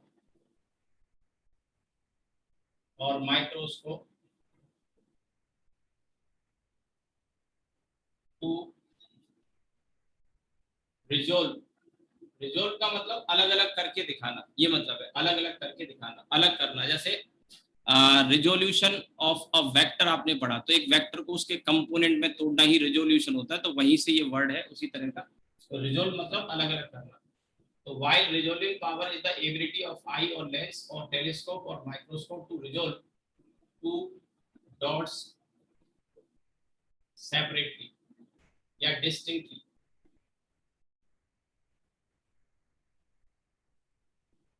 ठीक है, अब देखिए रियल प्रैक्टिस में क्या होता है कि कोई भी आप लेंस ले लो या कुछ भी ले लो, और किसी पॉइंट की जब इमेज हम बनाते हैं तो वो इमेज कोई शार्प इमेज नहीं बनती, पॉइंट इमेज नहीं बनती, बल्कि एक डिस्क टाइप की इमेज बनती है, और उस डिस्क टाइप की इमेज के चारों ओर कॉन्सेंट्रिक रिंग्स बनती है।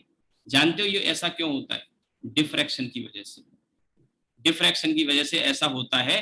और उसमें जैसे अभी हमने डिफ्रैक्शन पढ़ा, तो ये जो मैं ग्राफ बना रहा था ऐसे करके, ये असल में ये इमेज थोड़ी है, ये तो इंटेंसिटी का वेरिएशन है। ये सेंट्रल मैक्सिमा है, ये सेंट्रल मैक्सिमा, तो ये तो इंटेंसिटी है। अभी ऐसा थोड़ी कि स्क्रीन में इस तरह के ऊंचा नीचा स्क्रीन हो जाएगी, ये नहीं, ये तो इंटेंसिटी का वेरिएशन है। एक्चुअल में क्या होता है कि ये स्क्रीन को अगर हम पलटेंगे तो यहाँ पे ये सेंट्रल मैक्सिमा है इतना, तो यहाँ पे डिस्क टाइप की मेन इमेज होगी। सेंट्रल मैक्सिमा में मोस्ट ऑफ द इंटेंसिटी होती है। तो जैसे अगर सामने कोई पॉइंट है और एक लेंस लगा के उसकी इमेज बनाते हैं, तो वो जो इमेज बनेगी वो ऐसी डिस्क टाइप बनेगी पॉइंट की, ऐसी इतनी चौड़ी सी डिस्क बन गई। ठीक है, ये this is corresponding to central maxima, ये बाद में मैं लिखा भी दूंगा। और ये जो सेकेंडरी मैक्सिमा है, ये वाला आपका फर्स्ट हो गया, इसके बाद ये सेकंड हो गया, तो इसके करस्पॉन्डिंग यहाँ ऐसी कॉन्सेंट्रिक रिंग बनेगी। और तो ये फिर ये इसके फर्स्ट मिनिमा के करस्पॉन्डिंग रिंग बन गई, फर्स्ट मिनिमा के करस्पॉन्डिंग। फिर इसके आगे इसके चारों ओर एक और रिंग बनेगी, वो फिर आपका सेकंड मिनिमा के मैक्सिमा के लिए हो जाएगी। और आप देख ही रहे कि ये सबसे ब्राइट होता है, तो बीच की जो इमेज बनती है वही मेन होती है, लेकिन उसके चारों ओर धुंधले धुंधले रिंग्स बनते जाएंगे, और जैसे जैसे रिंग बड़े होते जाएंगे वो और धुंधले होते जाते हैं, क्योंकि ये सेंट्रल मैक्सिमा मेन इमेज यहाँ है। कभी भी शार्प इमेज नहीं बनती, कभी भी ध्यान रखना। और ऐसा डिफ्रैक्शन के कारण होता है, यही डिफेक्ट है। तो बीच में जो इमेज बनेगी वो मेन होगी। जैसे डॉट की इमेज जब बना रहे हैं तो मेन इमेज बीच में बनेगी, लेकिन उसके चारों ओर कॉन्सेंट्रिक रिंग्स भी बनती हैं। और वो कॉन्सेंट्रिक रिंग जो बन रही है वो first maxima, second maxima, third maxima की वजह से रिंग्स बनती है। ये जो बीच में है रिंग, इसी को हम मेनली देखेंगे। तो ये एक पॉइंट है यहाँ पे, ठीक है, उस पॉइंट के करस्पॉन्डिंग यहाँ लेंस लगा हुआ था, तो एक इमेज तो ये बन गई। ऐसे ही एक पॉइंट यहाँ पे था, एक और इमेज बनेगी। अब समझना, मैं समझाऊंगा, इसी बात को बताऊंगा, क्लियर करूंगा, ठीक है। तो ये इधर आपने नोट कर लिया होगा।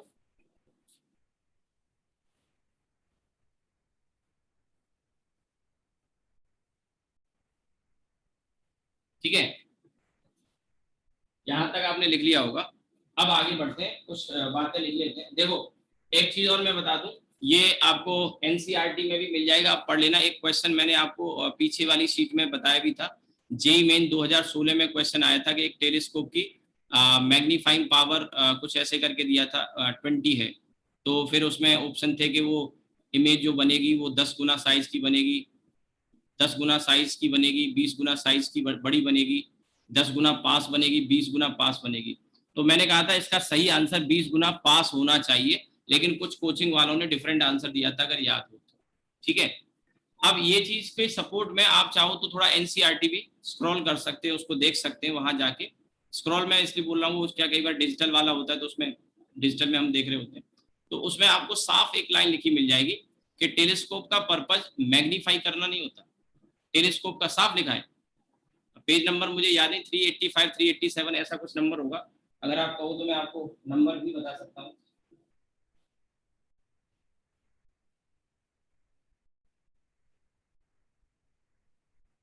पेज नंबर 375 है, ये एनसीईआरटी में मिल जाएगा। पेज नंबर 375 के बीच में लिखा होगा, वो एक पैराग्राफ में ये जो मैं वर्ड्स बोल रहा हूँ, पेज नंबर 375 आप पढ़ भी लेना, जरूरी भी है ये चीजें जानना। तो अब उसमें साफ लिखा है कि जो टेलीस्कोप होता है इसका पर्पज चीजों को पास करना होता है, पास objects are near. 375 page number है, बीच में ही होगा, ऊपर भी नहीं है, सबसे नीचे भी नहीं है, बीच में ही एक पैराग्राफ दे रखा है। तो उसमें ऑब्जेक्ट को पास लाना होता है। माइक्रोस्कोप का पर्पज क्या होता है, उनको मैग्नीफाई करना, बड़ा करना, ठीक है। माइक्रोस्कोप का मेन पर्पज, क्योंकि छोटी चीजों को देखते हैं, बैक्टीरिया देख रहे हैं आप, वायरस देख रहे हैं, या डीएनए स्ट्रक्चर मान लीजिए ऑब्जर्व कर रहे हैं, तो ये इतनी छोटी चीजें होती हैं कि वो हमें नेकेड आई से दिखाई नहीं देती। तो सबसे पहला पर्पज क्या है, उनको बड़ा करके दिखाया जाए, ठीक है। लेकिन इन दोनों में ही दो चीजें होती है, एक ऑब्जेक्टिव होता है और एक आई लेंस होता है। एक ऑब्जेक्टिव होता है, एक आई लेंस होता है। तो देखिए, रिजोल्व करने का काम इसका होता है, चाहे वो टेलीस्कोप हो चाहे वो माइक्रोस्कोप हो। रिजोल्व करने का यानी उनको पहले सेपरेट करने का काम किसका होता है, ऑब्जेक्टिव का। अगर ऑब्जेक्टिव उनको सेपरेट नहीं कर पाया, ये भी समझ लो इनके रोल अलग अलग है, अगर उनको ऑब्जेक्टिव अगर सेपरेट नहीं कर पाया तो ये आई लेंस फिर उनको रिजोल्व या सेपरेट नहीं कर सकता, चाहे कुछ भी करो। So the purpose of this objective, लिखा भी दूंगा मैं, the purpose of this objective lens is to resolve, ठीक है, इज टू रिजोल्व, राइट।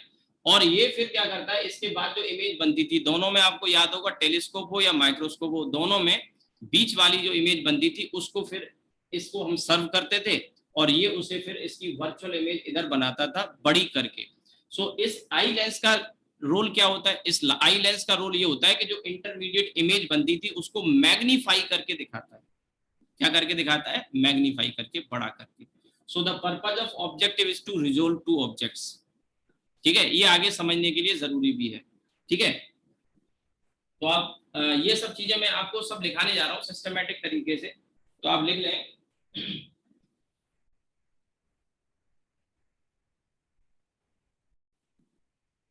लिखें,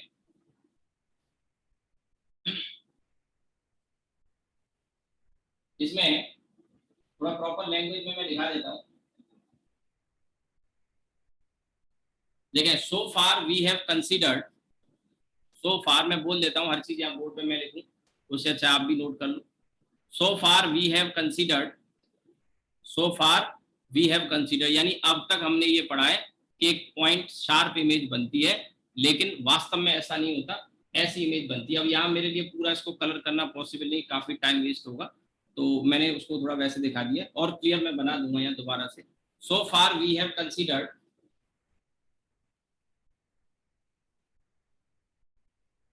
so far we have considered the image formed by a lens, the image formed by a lens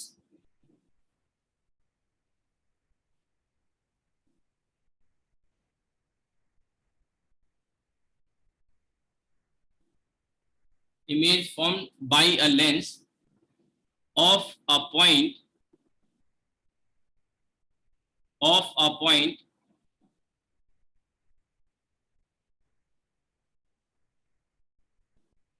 is a sharp point image is a sharp point image if it is if it is if it is well corrected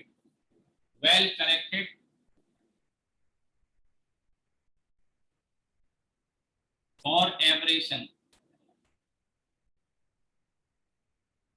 well corrected for aberration aberration मैंने बताया था defects well corrected for aberration however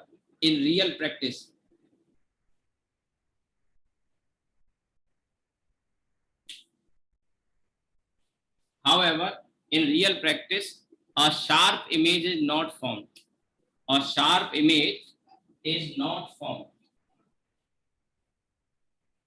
a sharp image is not formed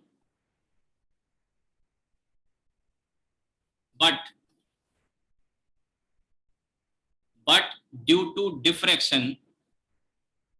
due to diffraction comma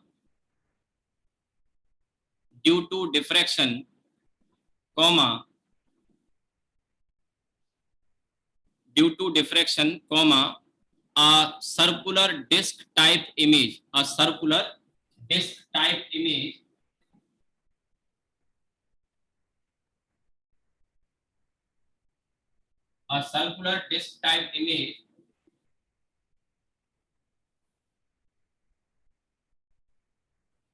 a circular disc type image is formed a circular disc type image is formed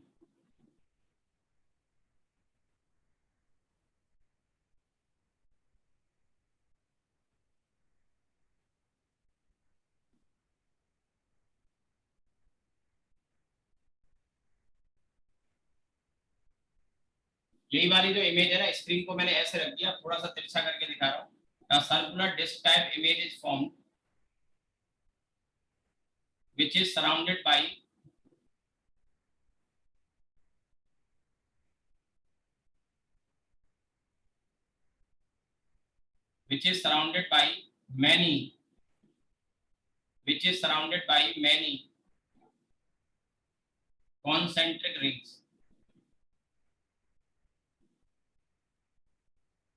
which is surrounded by many concentric rings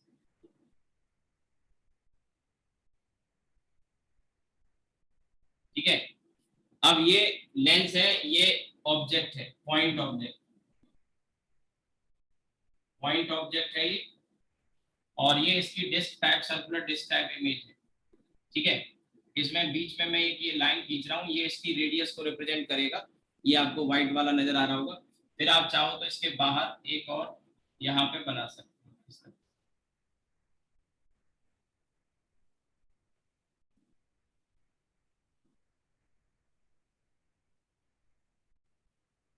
ठीक है ये अब इसी को ये तो actual image इस तरह की बनेगी ये मेन इमेज है बीच वाली ये सेंट्रल डिस्क टाइप इमेज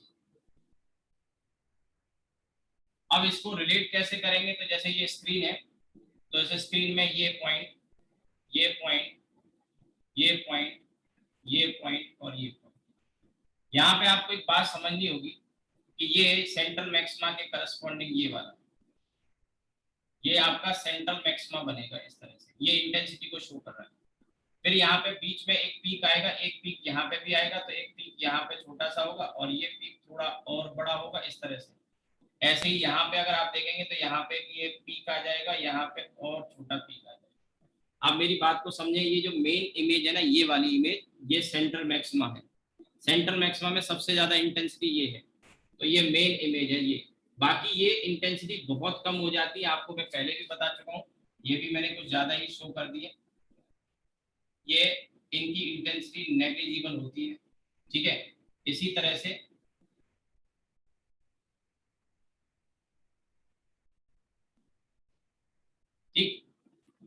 तो ये मेन इंटेंसिटी सेंट्रल मैक्सिमा है। इंटेंसिटी का वेरिएशन दिखा दिया इसके साथ में, ध्यान रहे इमेज तो ये है स्क्रीन पे, ये इंटेंसिटी का वेरिएशन। तो ये डिस्क टाइप इमेज है, इसकी जो रेडियस आएगी वो रेडियस का एक फॉर्मूला मैं आपको बताऊंगा, वो डिराइव नहीं करना है, उसको याद रखना है।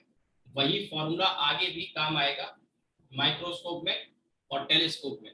अभी पहले आप ये पिक्चर आप ड्रॉ कर सकते हैं, और नहीं ड्रॉ करना तो एटलीस्ट आप इसका स्क्रीनशॉट ले सकते हैं, बाद में आप ड्रॉ कर सकते हैं। तो ये तो इंटेंसिटी वेरिएशन दिखा दिया मैंने यहाँ पे।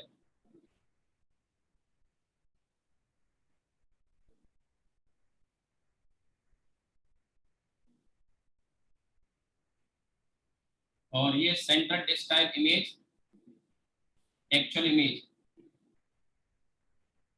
इमेज फॉर्म्ड ऑन स्क्रीन, ये वाली फॉर्म्ड ऑन स्क्रीन। और ये जो लेंस है ये ऑब्जेक्टिव है।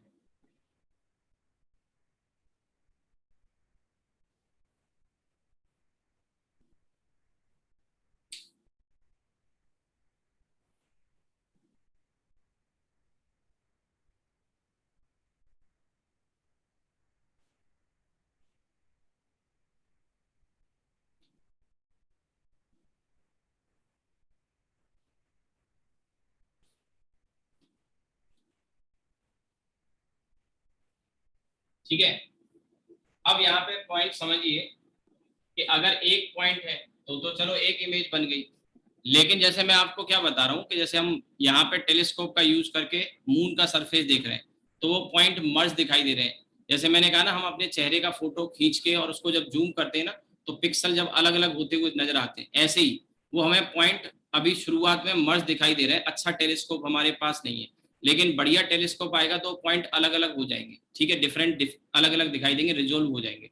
तो ऐसे ही दो पॉइंट यहाँ पे आप समझना मेरी बात को, ये एक पॉइंट है, दूसरा पॉइंट ये बहुत पास पास थे, और एक ये ऑब्जेक्टिव आपने यूज किया और यहाँ इनकी इमेज बना दी इसने। ठीक है, थोड़ा सा गड़बड़ हो गया।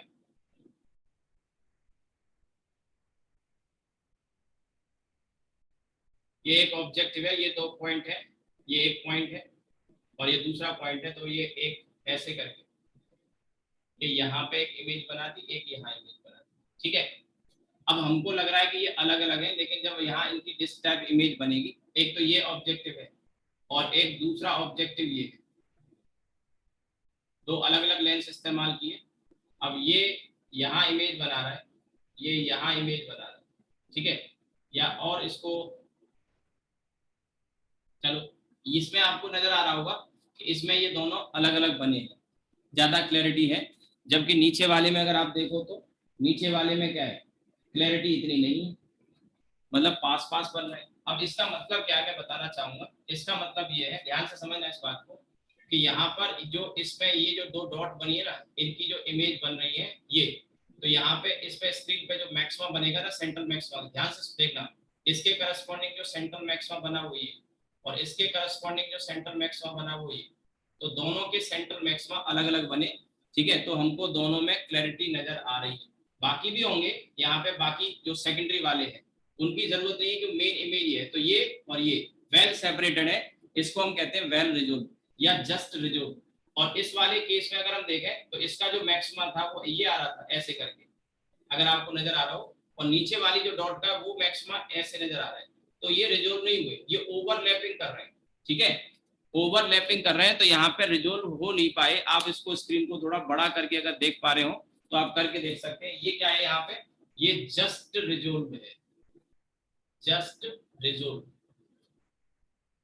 और नॉट रिजोल्व, मर्ज कर रही है ना, ओवरलैप कर रहे हैं एक दूसरे के साथ, मैक्सिमम ओवरलैप कर रहे हैं। तो ये जो ऑब्जेक्टिव है ये अच्छा रिजोल्व नहीं कर पा रहा है, ये कर पा रहा है। अब इसमें ये नॉट रिजोल्व। अब एक तीसरा और मैं यहां पे रख रहा हूं, तीसरा एक और मैं लगा देता हूं इसमें, और यही दो डॉट है और इन दो डॉट की इमेज हम फॉर्म कर रहे हैं इस तरह से। अब एक यहाँ बन गई इमेज, एक यहाँ बन गई, जस्ट मैं समझाने के लिए बता रहा हूँ, एक यहाँ बन गई। तो अब यहाँ स्क्रीन पे अगर आप देखेंगे तो आप इसका मैक्सिमा यहाँ बनेगा और इसका मैक्सिमा यहाँ बनेगा सेंटर वाला। ठीक है, तो आपको मेरी बात शायद समझ में आई हो कि इसमें ये बहुत अच्छा रेजोल्यूशन मिल गया, वेल रिजोल्व है। ध्यान रहे ये सेंट्रल मैक्सिमा ही दिखा रहा हूँ, बाकी के नहीं तो फिर वो हॉच पॉच होगा। तो यहाँ पे जस्ट रिजोल्व, ये नॉट रिजोल्व, और ये क्या है, वेल रिजोल्व। इमेज अलग अलग बन गई, क्लैरिटी है दोनों में। तो ये वाला ऑब्जेक्टिव तीनों में सबसे अच्छा है, क्योंकि सबसे अच्छा रेजोल्यूशन ये दे रहा है। ये ऑब्जेक्टिव लेंस, जैसे मैंने यहाँ कहा ना, ऑब्जेक्टिव लेंस का पर्पज क्या होता है, रिजोल्व करना। अगर ऑब्जेक्टिव से रिजोल्व नहीं हो पाया तो फिर आगे फर्दर रिजोल्व नहीं होगा। बहुत ज्यादा डिटेल में मैंने बता दिया, एनसीईआरटी या किसी बुक में भी नहीं मिलेगा इस तरह का, या इस तरह का जितना मैं फिगर से आपको क्लैरिटी के साथ बता रहा हूँ। मल्टीपल डायग्राम जो बना रहा हूँ वो यही बताने के लिए कि रिजोल्यूशन का मतलब क्या है, रिजोल्विंग पावर का मतलब क्या है। इसकी रिजोल्विंग पावर बहुत अच्छी है, इसने दोनों इमेज एकदम स्पेस के साथ, क्लैरिटी के साथ अलग अलग बना दी। यहाँ जस्ट टच कर रही थी, हल्का सा जस्ट रिजोल्व हुआ है। यहाँ आप देख रहे हो, शायद आपको नजर आ रहा हो कि ओवरलैप कर रहे हैं, तो नॉट रिजोल्व। तो ये अच्छा नहीं है, ये वाला लेंस अच्छा नहीं है। ठीक है, तो ये आप बनाओ, फिर आगे बढ़ते हैं थोड़ा सा, और 10 मिनट और मैं अभी पढ़ाऊंगा आपको, अभी टाइम है।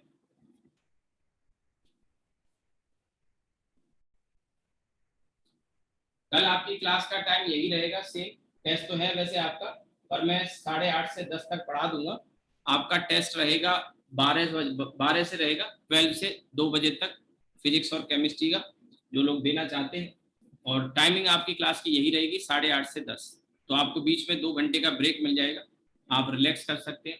अब किसी बच्चे को ये लग रहा हो कि सर वो तैयारी करनी है बेटा, तो साल भर क्या किया था आपने बेटा, पिछले साल क्या किया था, वो ये होता है ना, तैयारी करनी है, तैयारी कभी हो नहीं पाती।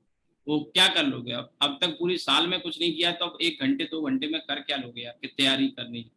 तैयारी कोई जंग लड़ने थोड़ी जा रहे हो, टेस्ट देने जा रहे हो, है ना। नहीं, मैंने देखा कुछ बच्चे कहते तैयारी नहीं थी या तैयारी करनी है सर, वो कल छुट्टी कर दूं। अब 2 दिन का तो यार कोर्स ही बचा है, मेरे ख्याल से कल ये कंप्लीट करा दूंगा, थोड़ा सा रह जाएगा अभी। आज टेलीस्कोप आज करा देता हूँ, माइक्रोस्कोप की रिजोल्विंग पावर कल करा के, और कल इसकी जो शीट मैंने आपको दी है उसके क्वेश्चंस में कुछ डिस्कस कर दूंगा, जो खासकर रिजोल्विंग पावर के, क्योंकि सेंट्रल मैक्सिमम वगैरह के तो आपने कर रखे होंगे। ठीक है, और फिर परसों पोलराइजेशन करा देंगे मंगलवार।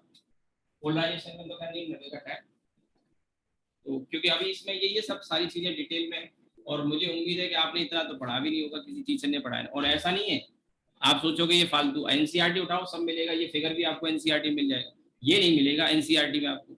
और ये सब है, मैंने इसीलिए मैं चाहता था रिजोल्विंग पावर पीछे वाले चैप्टर में कंप्लीट कर सकता था, बट मैंने पहले से ही कहा है कि जो अब हम चीजें इतने अच्छे से पढ़े हैं अब तक, तो आगे भी पढ़ेंगे, एक आध क्लास अगर एक्स्ट्रा होती है कोई बात नहीं। ठीक है, आज मैं टेलीस्कोप वाला पार्ट कंप्लीट कर दूंगा। तो आपने ये बना लिया होगा, लिखो आगे, इफ या फिर हेडिंग लिख लो, हेडिंग लिख लो, रिजोल्विंग पावर ऑफ टेलीस्कोप, ऐसे लिख लो, resolving power of telescope, resolving power of telescope. ठीक है, if objective fails, if objective fails, यानी ऑब्जेक्टिव फेल हो जाता है रिजोल्व करने में। If objective fails to resolve, to TO वाला, T to resolve, to resolve two points, अगर ऑब्जेक्टिव उनको रिजोल्व नहीं कर पाया, if objective fails to resolve 2 points, then eyepiece cannot resolve them further, objective or eyepiece, then eyepiece cannot resolve them further, eyepiece cannot resolve them further,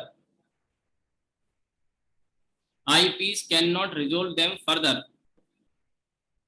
the purpose of eyepiece, full stop के बाद लिखें, the purpose of eyepiece, the purpose of eyepiece is to, the purpose of eyepiece is to, the purpose of eyepiece is to magnify the intermediate image, intermediate image बनती है ना बीच में, उसको magnify करके virtual बनाता है, बड़ी बनाता है, magnify the intermediate image, while the purpose of objective, while the purpose of objective, while the purpose of objective, while the purpose of objective is to while the purpose of objective is to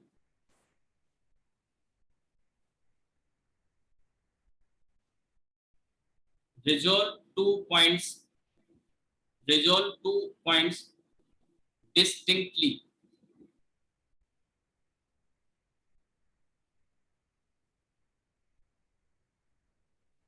distinctly, ठीक है।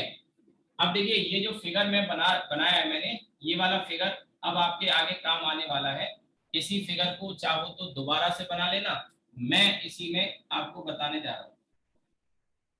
ये objective है और object का diameter है, ये D diameter. आगे हम देखेंगे कि ऑब्जेक्टिव के डायमीटर पर रिजोल्विंग पावर कैसे डिपेंड करेगी। तो डायमीटर को मैं यहाँ 2a लिख रहा हूँ। 2a में ए आप समझ गए होंगे, ए फिर क्या हो जाएगी, इसके अपर्चर का रेडियस। ध्यान रहे अपर्चर का रेडियस है, वो रेडियस ऑफ कर्वेचर मत समझ लेना, वो तो अलग चीज होती है। ये अपर्चर होता है जिसमें से लाइट गुजरती है, इसका डायमीटर 2 है, तो ए इसका क्या हो जाएगा, अपर्चर का रेडियस। और हम यहाँ ध्यान रहे हम किसके लिए पढ़ रहे हैं, हम पढ़ रहे हैं किसके लिए, टेलीस्कोप के लिए। तो टेलीस्कोप में ऑब्जेक्टिव जो इमेज बनाता है, ये इमेज जो बनी है वो कहाँ बनेगी, फोकस पे। क्यों भैया, इन्फिनिटी से रेज आती है, तो जो रेज आती थी यहाँ से इन्फिनिटी से, ये कहाँ बनाती थी इमेज, पहले जो बनाती थी तो फोकस पे। तो ये जो फोकस है एफ ओ वाला, तो ये जो डिस्टेंस है ना, ये वाला जो डिस्टेंस है, ये डिस्टेंस एफ ओ हो जाएगा। यहाँ ये स्क्रीन है, मान के चलिए यहाँ से स्क्रीन गुजर रही है ऐसे करके, ये स्क्रीन रखी हुई। तो अब इसमें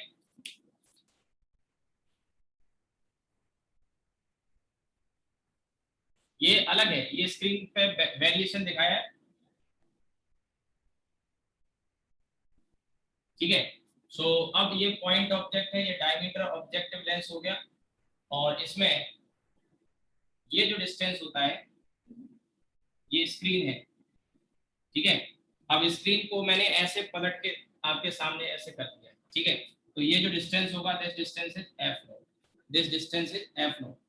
अब यहाँ पर जो कैलकुलेशन हमें बताती है, वो कैलकुलेशन ये बताती है कि जब हम इसकी रेडियस को कैलकुलेट करते हैं, ये वाली जो रेडियस आती है, ये रेडियस का एक फॉर्मूला मैं बताने जा रहा हूँ। वो फॉर्मूला आपको आगे के लिए ध्यान रखना है, ठीक है। ये फॉर्मूला आपको ध्यान रखना है। इसकी जो सेंट्रल डिस्क टाइप इमेज है, मैं इसको बीच में यहाँ पे लिख रहा हूँ, अगर आपको विजिबल हो। ये मैंने लिखा है ब्लैक में आर, शायद आपको नजर आ रहा हो स्मॉल आर, अगर विजिबल हो रहा हो तो, ठीक है। अगर नहीं हुआ है तो मैं दोबारा से इसको एक बार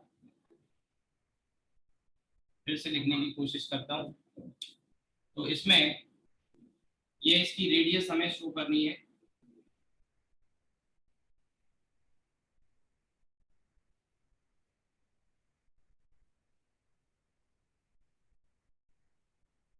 ठीक है। विजिबल हुआ हो शायद आर मैंने लिखा है।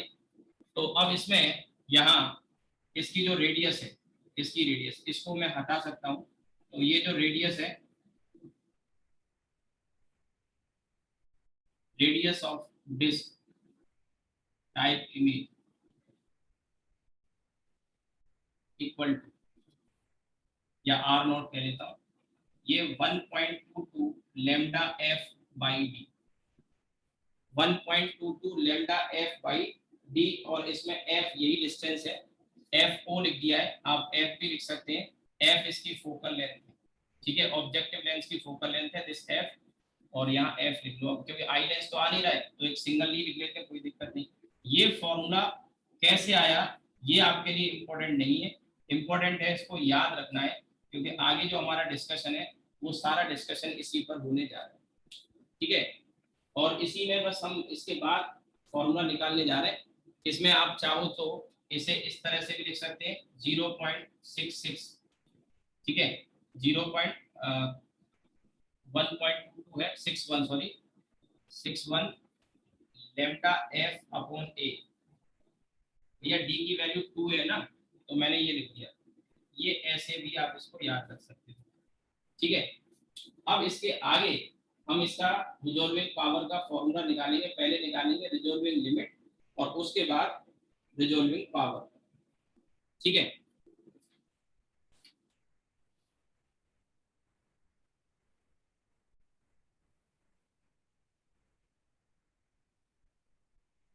यहाँ पे फिगर से समझिए इस चीज को। जैसे ये ऑब्जेक्टिव है और आप जान रहे हैं कि जो रेज आ रही है वो ऐसे करके आ रही है इन्फिनिटी से, ये ऑब्जेक्टिव, ठीक है। और यहाँ पे जो सेंट्रल डिस्क टाइप इमेज बनी, ये वाली, ये, और इसकी ये रेडियस है, ये रेडियस है R0।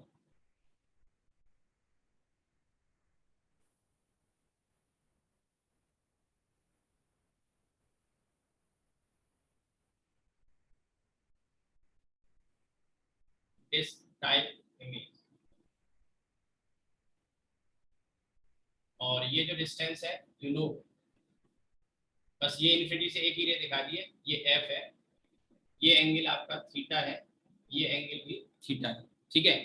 तो यहाँ अगर आप लिखना चाहें तो आर नॉट की वैल्यू फिगर से देखो, टेन थीटा लिखोगे, टेन थीटा, तो tan theta will be this upon this, theta छोटा है तो आर नॉट को एफ थीटा लिख सकते हैं। तो पहली इक्वेशन तो आपकी आ गई है और दूसरी इक्वेशन आ गई है। आपको नहीं समझ में आया कोई बात नहीं, आप ऐसे करो, टेन थीटा लिख लो, और टेन थीटा होगा R naught upon F. Theta छोटा है तो टेन थीटा को केवल थीटा लिख सकते हैं, तो वहां से फिर theta R naught upon F, F को इधर लेंगे तो आर नॉट एफ थीटा आ गया। आई होप कि यहाँ तक आपको बात समझ में आई होगी, ठीक है। अब इसमें दोनों इक्वेशन को हम क्या कर देते हैं, इक्वेट कर देते हैं, दोनों इक्वेशन को, फर्स्ट और सेकंड को।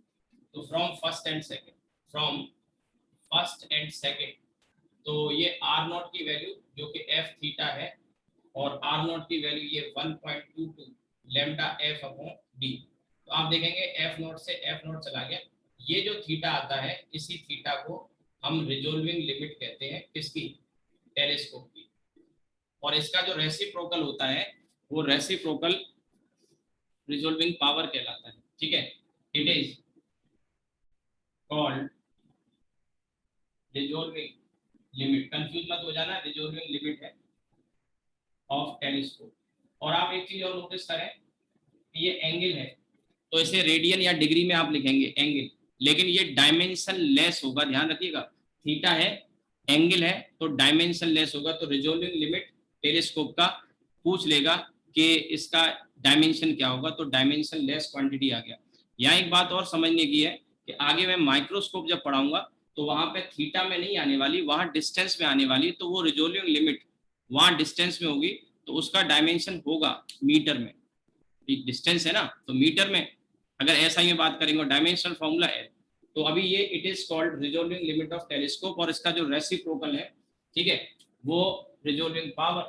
तो रिजोल्विंग पावर अगर आपको लिखना हो तो resolving power is equal to 1 upon resolving limit, ठीक है। तो अब यहाँ पे मैं लिख देता हूँ, जगह वहां नहीं है, तो रिजोल्विंग पावर इक्वल्स टू आ जाएगा डी अपॉन 1.22 लेमडा। यहाँ सबसे मेन बात जो नोटिस करने की है, और मैं पहले से ही बताते रहा हूँ, कि resolving power is directly proportional to D. अब आपको समझ में आ गया होगा कि हम क्यों एक बड़े टेलीस्कोप को चाहते हैं, यानी कि उसकी जो डायमीटर है ऑब्जेक्टिव का बड़े से बड़ा हो, क्यों चाहते हैं, क्योंकि डायमीटर बड़ा होने से रिजोल्विंग पावर बढ़ जाएगी, और आप किसी दूर स्टार वगैरह के सरफेस को या प्लेनेट के सरफेस को ज्यादा क्लैरिटी के साथ देख पाएंगे। तो जैसे मैंने कहा था, इंडिया में कावालू तमिलनाडु में 2.54 मीटर डायमीटर, अपर्चर डायमीटर का ऑब्जेक्टिव वाला टेलीस्कोप है, जो इंडिया का सबसे लार्जेस्ट टेलीस्कोप भी है। सो उसका डायमीटर बड़ा है तो रिजोल्विंग पावर भी बेहतर है। जबकि वर्ल्ड का सबसे बड़ा जो मैंने दिखाया था, हालांकि वो सारे जो डाटा है वो मैं एनसीईआरटी से आपको दिया है, और वो इसलिए भी जरूरी है क्योंकि आपको एनसीईआरटी ही पढ़नी है। आंसर क्वेश्चन जब आएगा तो you have to answer according to that. हालांकि अब रिसेंट में ये सब पुराने टेक्स्ट है, उनमें पुराना डेटा है। मैं आपको बता चुका हूँ कि लेटेस्ट अब जो है हमारे पास बेहतर टेलीस्कोप है वर्ल्ड में, ठीक है। 10 नहीं 30 मीटर अपर्चर के, 30 मीटर अपर डायमीटर वाले टेलीस्कोप भी अवेलेबल है आज की डेट में दुनिया में, ठीक है। So resolving power is directly proportional to D, diameter of aperture of the object, ठीक है। ये आप पहले तो लिखिए।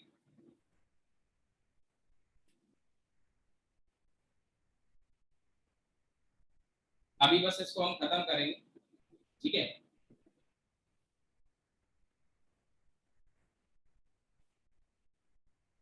इसमें एक तो छोटी सी चीजें बता देता हूँ मैं आपको, फिर आज की क्लास को ऑफ करते हैं।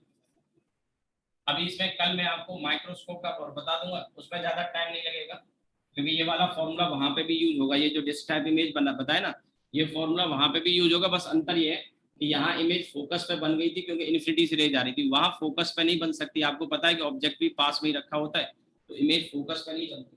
ठीक है,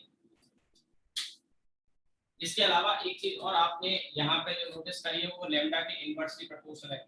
यानी अलग अलग कलर के लिए अलग अलग कलर के लिए अलग अलग आपको रिजोल्विंग पावर मिलेगी। तो अगर हम इसमें सबसे ज्यादा वेवलेंथ रखेंगे तो पावर कम हो जाएगी, और कम रखेंगे तो ज्यादा हो जाएगी। तो यहाँ प्रेफरेबली मैं ये कह सकता हूँ एज कंपेयर टू रेड, अगर हम वॉयलेट या ब्लू कलर यूज करें लाइट के लिए तो रिजोल्विंग पावर बढ़ जाएगी। लेकिन उसके पहले यहाँ पे एक लाइन लिख लेते हैं, greater is the diameter of aperture, greater is the resolving power. इसके अलावा ऑल्सो ये जो मैंने लिखा है resolving power is inversely proportional to lambda. ठीक है, so resolving power is minimum for red colour या विद रेड कलर। यानी कि आप इस किसी ऑब्जेक्ट को देखने के लिए रेड कलर की लाइट यूज कर रहे हैं या वॉयलेट कलर की लाइट यूज कर रहे हैं, तो वहां तो resolving power is minimum for, ठीक है, या मिनिमम विद कहना चाहिए मुझे, विद रेड कलर। ठीक है, एक छोटी सी बात और इसमें मैं बताऊंगा, क्योंकि जो क्वेश्चन है ना वो क्वेश्चन आप तभी कर पाएंगे जब ये मैं कॉन्सेप्ट आपको समझा दूंगा। तो अब इसमें देखिए, जो मैंने आपको शीट दी है उस शीट में क्वेश्चन है, जैसे आपको याद होगा पिछले वाले में था कि एक जीप की हेडलाइट और ऐसे कुछ क्वेश्चन था, या दो वाइट डॉट। तो वो क्वेश्चन तभी कर पाओगे ये वाला फॉर्मूला आप यूज करके, ये वाला रिजोल्विंग लिमिट वाला फॉर्मूला यूज करके तभी कर पाओगे जब ये कॉन्सेप्ट सीख लोगे। अब होता क्या है कि जैसे यहाँ पे ये 2 पॉइंट है, दीज आर 2 पॉइंट, और यहाँ पे आई है या कोई भी टेलीस्कोप वगैरह व्हाटएवर, ये हमारे इस पे जो एंगल सबटेंड कर रहे हैं, ये जो डिस्टेंस है दोनों के बीच में ये एक्स है, ध्यान दीजिएगा। और वो एक क्वेश्चन था मून वाला, वो क्वेश्चन भी आप कर पाएंगे जब ये फॉर्मूला जान लोगे। तो अब जैसे ये 2 पॉइंट है और ये 2 पॉइंट टेलीस्कोप के ऑब्जेक्टिव पे या हमारी आंख पे ये एंगल थीटा बना रहे हैं, और लेट ये वाला जो डिस्टेंस है ये स्मॉल डी कह रहा हूँ मैं, क्योंकि कैपिटल डी ऑलरेडी इसमें आ चुका है। तो आप देखिए कि इसमें ये एंगल छोटा ही होता है क्योंकि ऑब्जेक्ट बहुत दूर होता है। तो एक रिलेशन तो theta equals to X upon D बन गया। अभी भी अगर आपको ये नहीं समझ में आएगा ये कैसे बना, तो मैं थोड़ा सा क्लियर कर दूं। या तो आप एक काम करो कि ये जो स्ट्रेट लाइन है इसे आर्क जैसा सोच लो, आर्क। तो आर्क होता है रेडियस इनटू थीटा। नहीं मन आपको समझ में आया कोई बात नहीं, आप एक काम करो, ये x/2 कर लो और ये θ/2 कर लो। ऐसे तो कर ही सकते हैं, पूरा टोटल x था और इसको d। तो यहाँ आप इसको ऐसे लिखोगे tan θ/2, tan θ/2 आ जाएगा x/2 अपॉन d। थीटा काफी छोटा होगा तो tan को हटा दो, और ये जो 2 है इससे ये चला जाएगा, तो थीटा की वैल्यू जो मैं कह रहा था x/d वो ऐसे आ जाएगी। ठीक है, अब ये थीटा क्या है, ये रिजोल्विंग लिमिट है, ध्यान रहे। तो ये जो थीटा है और इसकी वैल्यू ऑल्सो, थीटा का भी एक हमने फॉर्मूला पढ़ा, थीटा का फॉर्मूला था 1.22 लैम्डा बाई कैपिटल डी। तो इन दोनों इक्वेशन को फिर यूज करेंगे। ठीक है, इन दोनों को यूज करेंगे, एक क्वेश्चन करके और मैं दिखा देता हूँ, बाकी आप सारे क्वेश्चन कर लोगे और आपको काफी कॉन्फिडेंस आने वाला है। पहले आपने किए भी नहीं होंगे या ऐसे सवाल निकलते नहीं होंगे, इस बात की मैं गारंटी दे रहा हूँ। लेकिन अभी जो मैंने शीट आपको भेजी है उसमें लगातार 4-5 एक ही जैसे क्वेश्चन है, और वो सारे क्वेश्चन आप कर पाओगे। मैं एक एग्जाम्पल ये देके समझा रहा हूँ। तो यहाँ से थीटा आ गया आपका x upon D equals to 1.22 lambda by ये फॉर्मूला आप यूज कर सकते हैं। और इसमें चाहो तो थीटा को स्किप कर दो, थीटा को स्किप करो या थीटा को इंक्लूड करो, तो ये वाले जो इनको लेके आप कर सकते हैं। क्वेश्चन में कैसे क्वेश्चन पूछेगा कि इन दो डॉट के बीच में क्या डिस्टेंस होना चाहिए कि वो जस्ट रिजोल्व हो जाए, या जैसे जीप की हेडलैम्प को लेके, या पूछेगा कितने डिस्टेंस से देखें कम से कम कि वो हमें अलग अलग दिखाई दे। ठीक है, इस तरह के क्वेश्चन आ जाते हैं। तो चलिए लेट्स सी, क्योंकि ये क्वेश्चन इतना अगर फॉर्मूला पढ़ लोगे ना तब भी क्वेश्चन नहीं निकाल पाता बच्चा।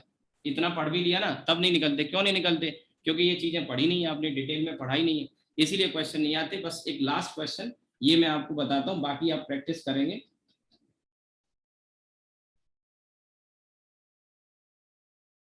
ठीक है, ये शीट मैंने कल आपको भेजी दी थी, इसमें देखिए काफी सारे क्वेश्चन है यहाँ से लेके, ये पिछले वाले डीपीपी के ये जो क्वेश्चन 23 है उसमें भी था, इसमें भी मैंने डाल दिया। देखिए यहाँ से लेके क्वेश्चन सारे, यहाँ से आप स्टार्ट करिए क्वेश्चन नंबर 20 से लेके, क्वेश्चन नंबर 20 से लेके और ये लास्ट 29 तक के क्वेश्चन सारे रिजोल्विंग पावर और रिजोल्विंग लिमिट से हैं।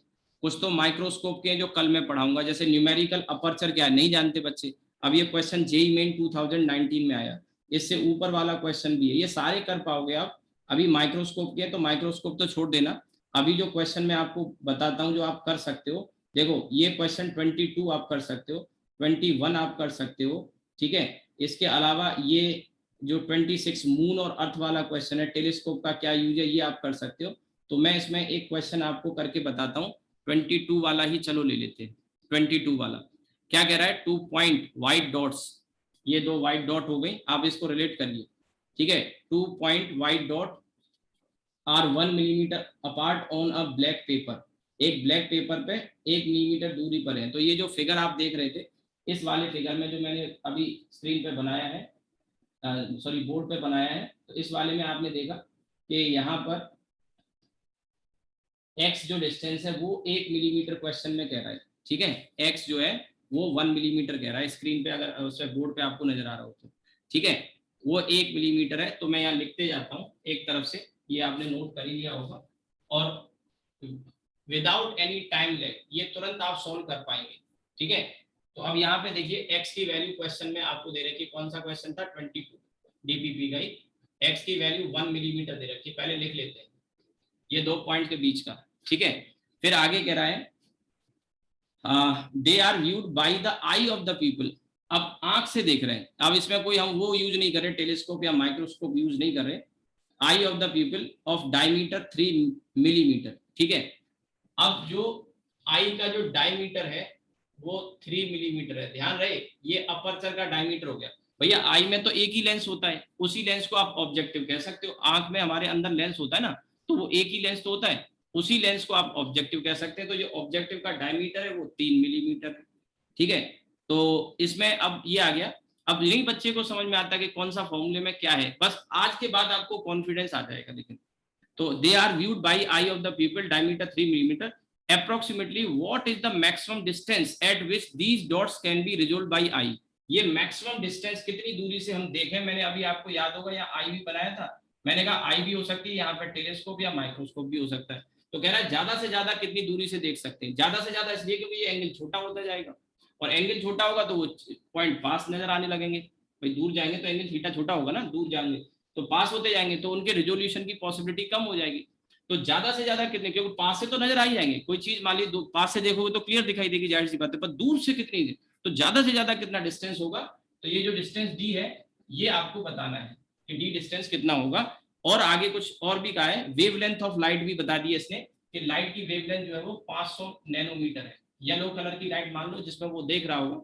तो अब इसमें हमारे पास एक्स की वैल्यू आ गई, कैपिटल डी आ गया, और मैक्सिमम डिस्टेंस पूछ रहा है, और लेमडा हमें बताना है, दे दिया है, और हमको अब एक्स बताना है। तो देखिए मैं आंसर दिखाऊंगा आपको बाद में, पहले इसको कर लेते हैं हम सॉल्व। ठीक, तो देखिए अब ये फॉर्मूला क्या है, बच्चा किताबों से पढ़ लेता है लेकिन उसको इससे रिलेट कर नहीं पाता।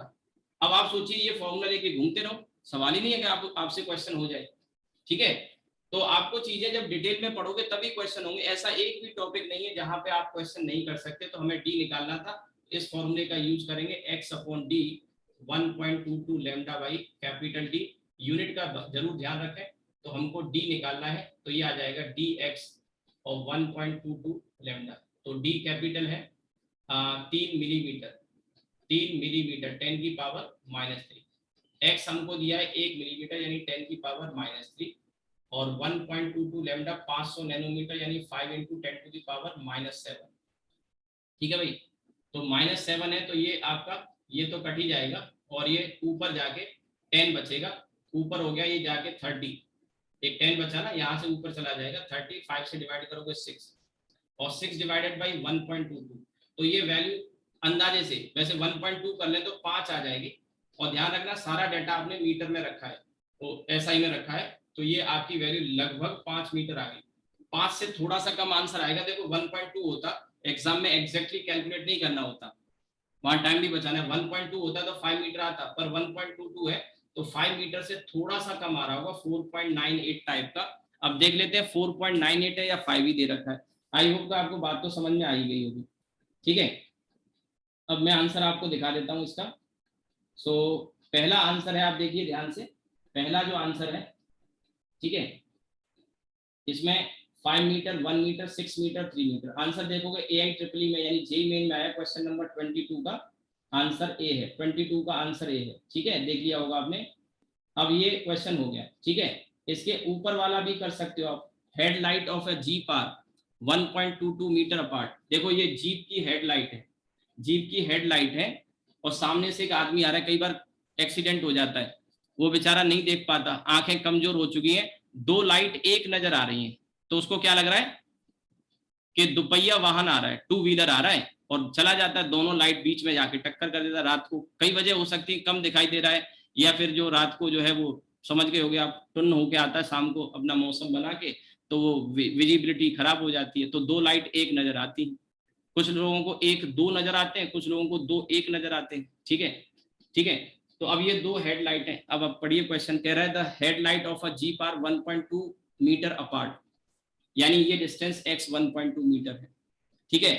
If the people of the eye of the observer has a diameter, अब ये पीपल का समझ में आ गया। हम क्या है, टेलीस्कोप में माइक्रोस्कोप के फॉर्मूले याद कर लेते हैं, क्वेश्चन आई के भी बन जाते हैं। अब देखिए दो क्वेश्चन देने का पर्पज ये था, मेरी तरफ से ये कोशिश है कि आपको हर तरह का क्वेश्चन मिले तो आप उसको सॉल्व कर पाए, कॉन्फिडेंस आए। Now people of the diameter, ये तो अब मैं इस क्वेश्चन में जो था, ये क्वेश्चन 21, एक्स की वैल्यू, अब ये आइडेंटिफाई करना आना चाहिए। तो जीप की हेडलाइट 1.2 मीटर अपार्ट है, और जो इसमें डायमीटर है आई का, यही वाला डायमीटर जो टेलीस्कोप में होता है, हमारी आंख में एक ही लेंस है, दैट इज ऑब्जेक्टिव। तो ये दे रखा है क्वेश्चन में 2 मिलीमीटर, ये 2 मिलीमीटर दे रखा है। इसके बाद कह रहा है वेवलेंथ 5896, वेवलेंथ लेमडा 5896 को मैं 589.6 नैनोमीटर कर देता हूँ। वो एंगस्ट्रम में दिया है, मैंने नैनोमीटर में कर दिया। Is use what should be the maximum distance of the G from the observer if the two headlight are just separated। ये कह रहा है कि एक ऑब्जर्वर यहां से आ रहा था शाम को, अपने घर लौट रहा था ऑफिस से टुन्न होके, ठीक है, यहां से ये डी डिस्टेंस बताना है। मालूम पड़ा कि बाइक से आ रहा था और सामने से जीप आ रही थी, दो हेडलाइट एक नजर आ रही थी, लेकिन तब तक जब तक पास पहुंचा तब तक देर हो चुकी थी। जीप भी स्पीड में थी, खुद भी स्पीड में था। बाई द टाइम उसको लगा अरे ये तो जीप है, ये तो टू व्हीलर नहीं है, एक लाइट नहीं है दो है, तो तब तक देर हो चुकी थी। तो देर ना हो जाए, कहीं देर ना हो जाए, ये डिस्टेंस डी इतना तो हो कि देर ना हो जाए, पहले से ही पता लग जाए। तो वो डिस्टेंस कम से, ये बता रहा है कि ज्यादा से ज्यादा कितना होगा, ये डी डिस्टेंस हमें कैलकुलेट करना है कि वो दो अलग अलग दिखाई दे जाए तो जान बच जाएगी बेचारे की। ठीक है, नहीं तो फिर आप जान ही रहे हो। तो ये डी डिस्टेंस क्या होगा, तो फिर यहाँ पे देखिए, फिर अब वही फॉर्मूला डी जो हमने किया था वो आ गया, डी एक्स 1.22 लेमडा, राइट। अब कैपिटल डी की value 2 millimetre to 10⁻³ X 1.2 metre jeep की हेडलाइट, और 1.22 तो लेना है, और ये 589.6, और ये नैनोमीटर है तो 10⁻⁹, तो ऊपर जाके 10⁻⁹ हो जाएगा। ठीक है, इसमें भी आप चाहो तो डेसिमल यहाँ शिफ्ट करके ये 10⁻⁷ कर दो। ठीक है, अब ये आपका ये तो कैंसिल हो ही गया, 10⁻⁴। ठीक है, 589.6, इसको चलो सॉल्व कर लेते हैं। सॉल्व करके बताओ, मेरे पास अभी यहाँ मोबाइल नहीं है, आप सॉल्व करके जरा बताओ तो कितना आ रहा है आंसर। मेरे पास अभी मोबाइल नहीं कैलकुलेट करने के लिए, अगर आप सॉल्व कर दें तो I will be thankful to you, बड़ी मेहरबानी होगी आपकी। 2.4 10⁻⁴, और इधर 1.22 5.896। कोई है भैया जगा हुआ आप में से, सोया हो गए होंगे, सो गए होंगे, तो कोई जगह हो तो बता दो कितना आएगा आंसर, जरा कैलकुलेशन करके। से 3.34 किलोमीटर आ रहा है। कितना आ रहा है? 3.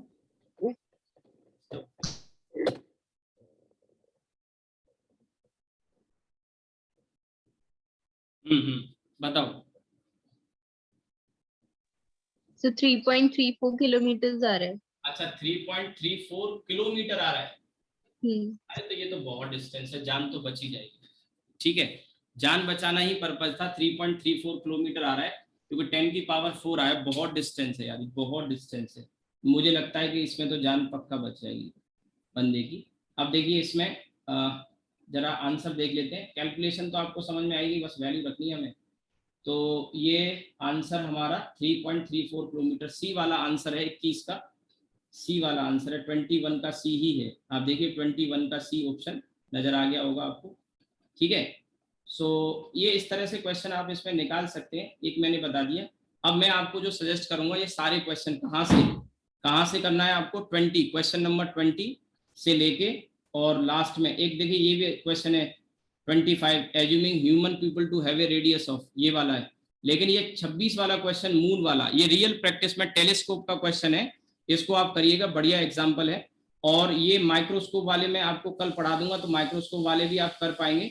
ठीक है, तो इसमें लास्ट वाला माइक्रोस्कोप का क्वेश्चन है, ये छोड़ देना। अब आप पूरी शीट लगा सकते हैं। देखिए इसमें मैं कह रहा हूँ कि 20 से आपको स्टार्ट करना है, लेकिन 20 से पहले वाले ये जितने भी क्वेश्चन है ना, ये सारे डिफ्रैक्शन के हैं, सारे डिफ्रैक्शन के हैं। सब आप लगाइए, जो डाउट होंगे वो कल हम डिस्कस कर लेंगे। कुछ एक दो और भी मैं बता दूंगा आपको पढ़ाने के बाद।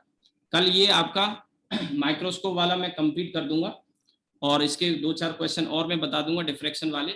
और फिर इसमें कल ही पोलराइजेशन हम स्टार्ट कर लेंगे। ठीक है, क्योंकि अब इसमें डिफ्रैक्शन में कुछ बस क्वेश्चन बताना रह गया मुझे, तो कल पोलराइजेशन स्टार्ट हो जाएगा। और कल तो शायद मुश्किल लग रहा है, क्योंकि क्वेश्चन मैं उसके भी डिस्कस करूंगा पोलराइजेशन के। तो मान के चलिए एक और क्लास हमको चाहिए कल के बाद। तो कल का क्लास का टाइम आपका वही रहेगा, सुबह 8:30 वाला। ठीक है, 8:30 to 10:30। चलिए रुकते हैं फिर।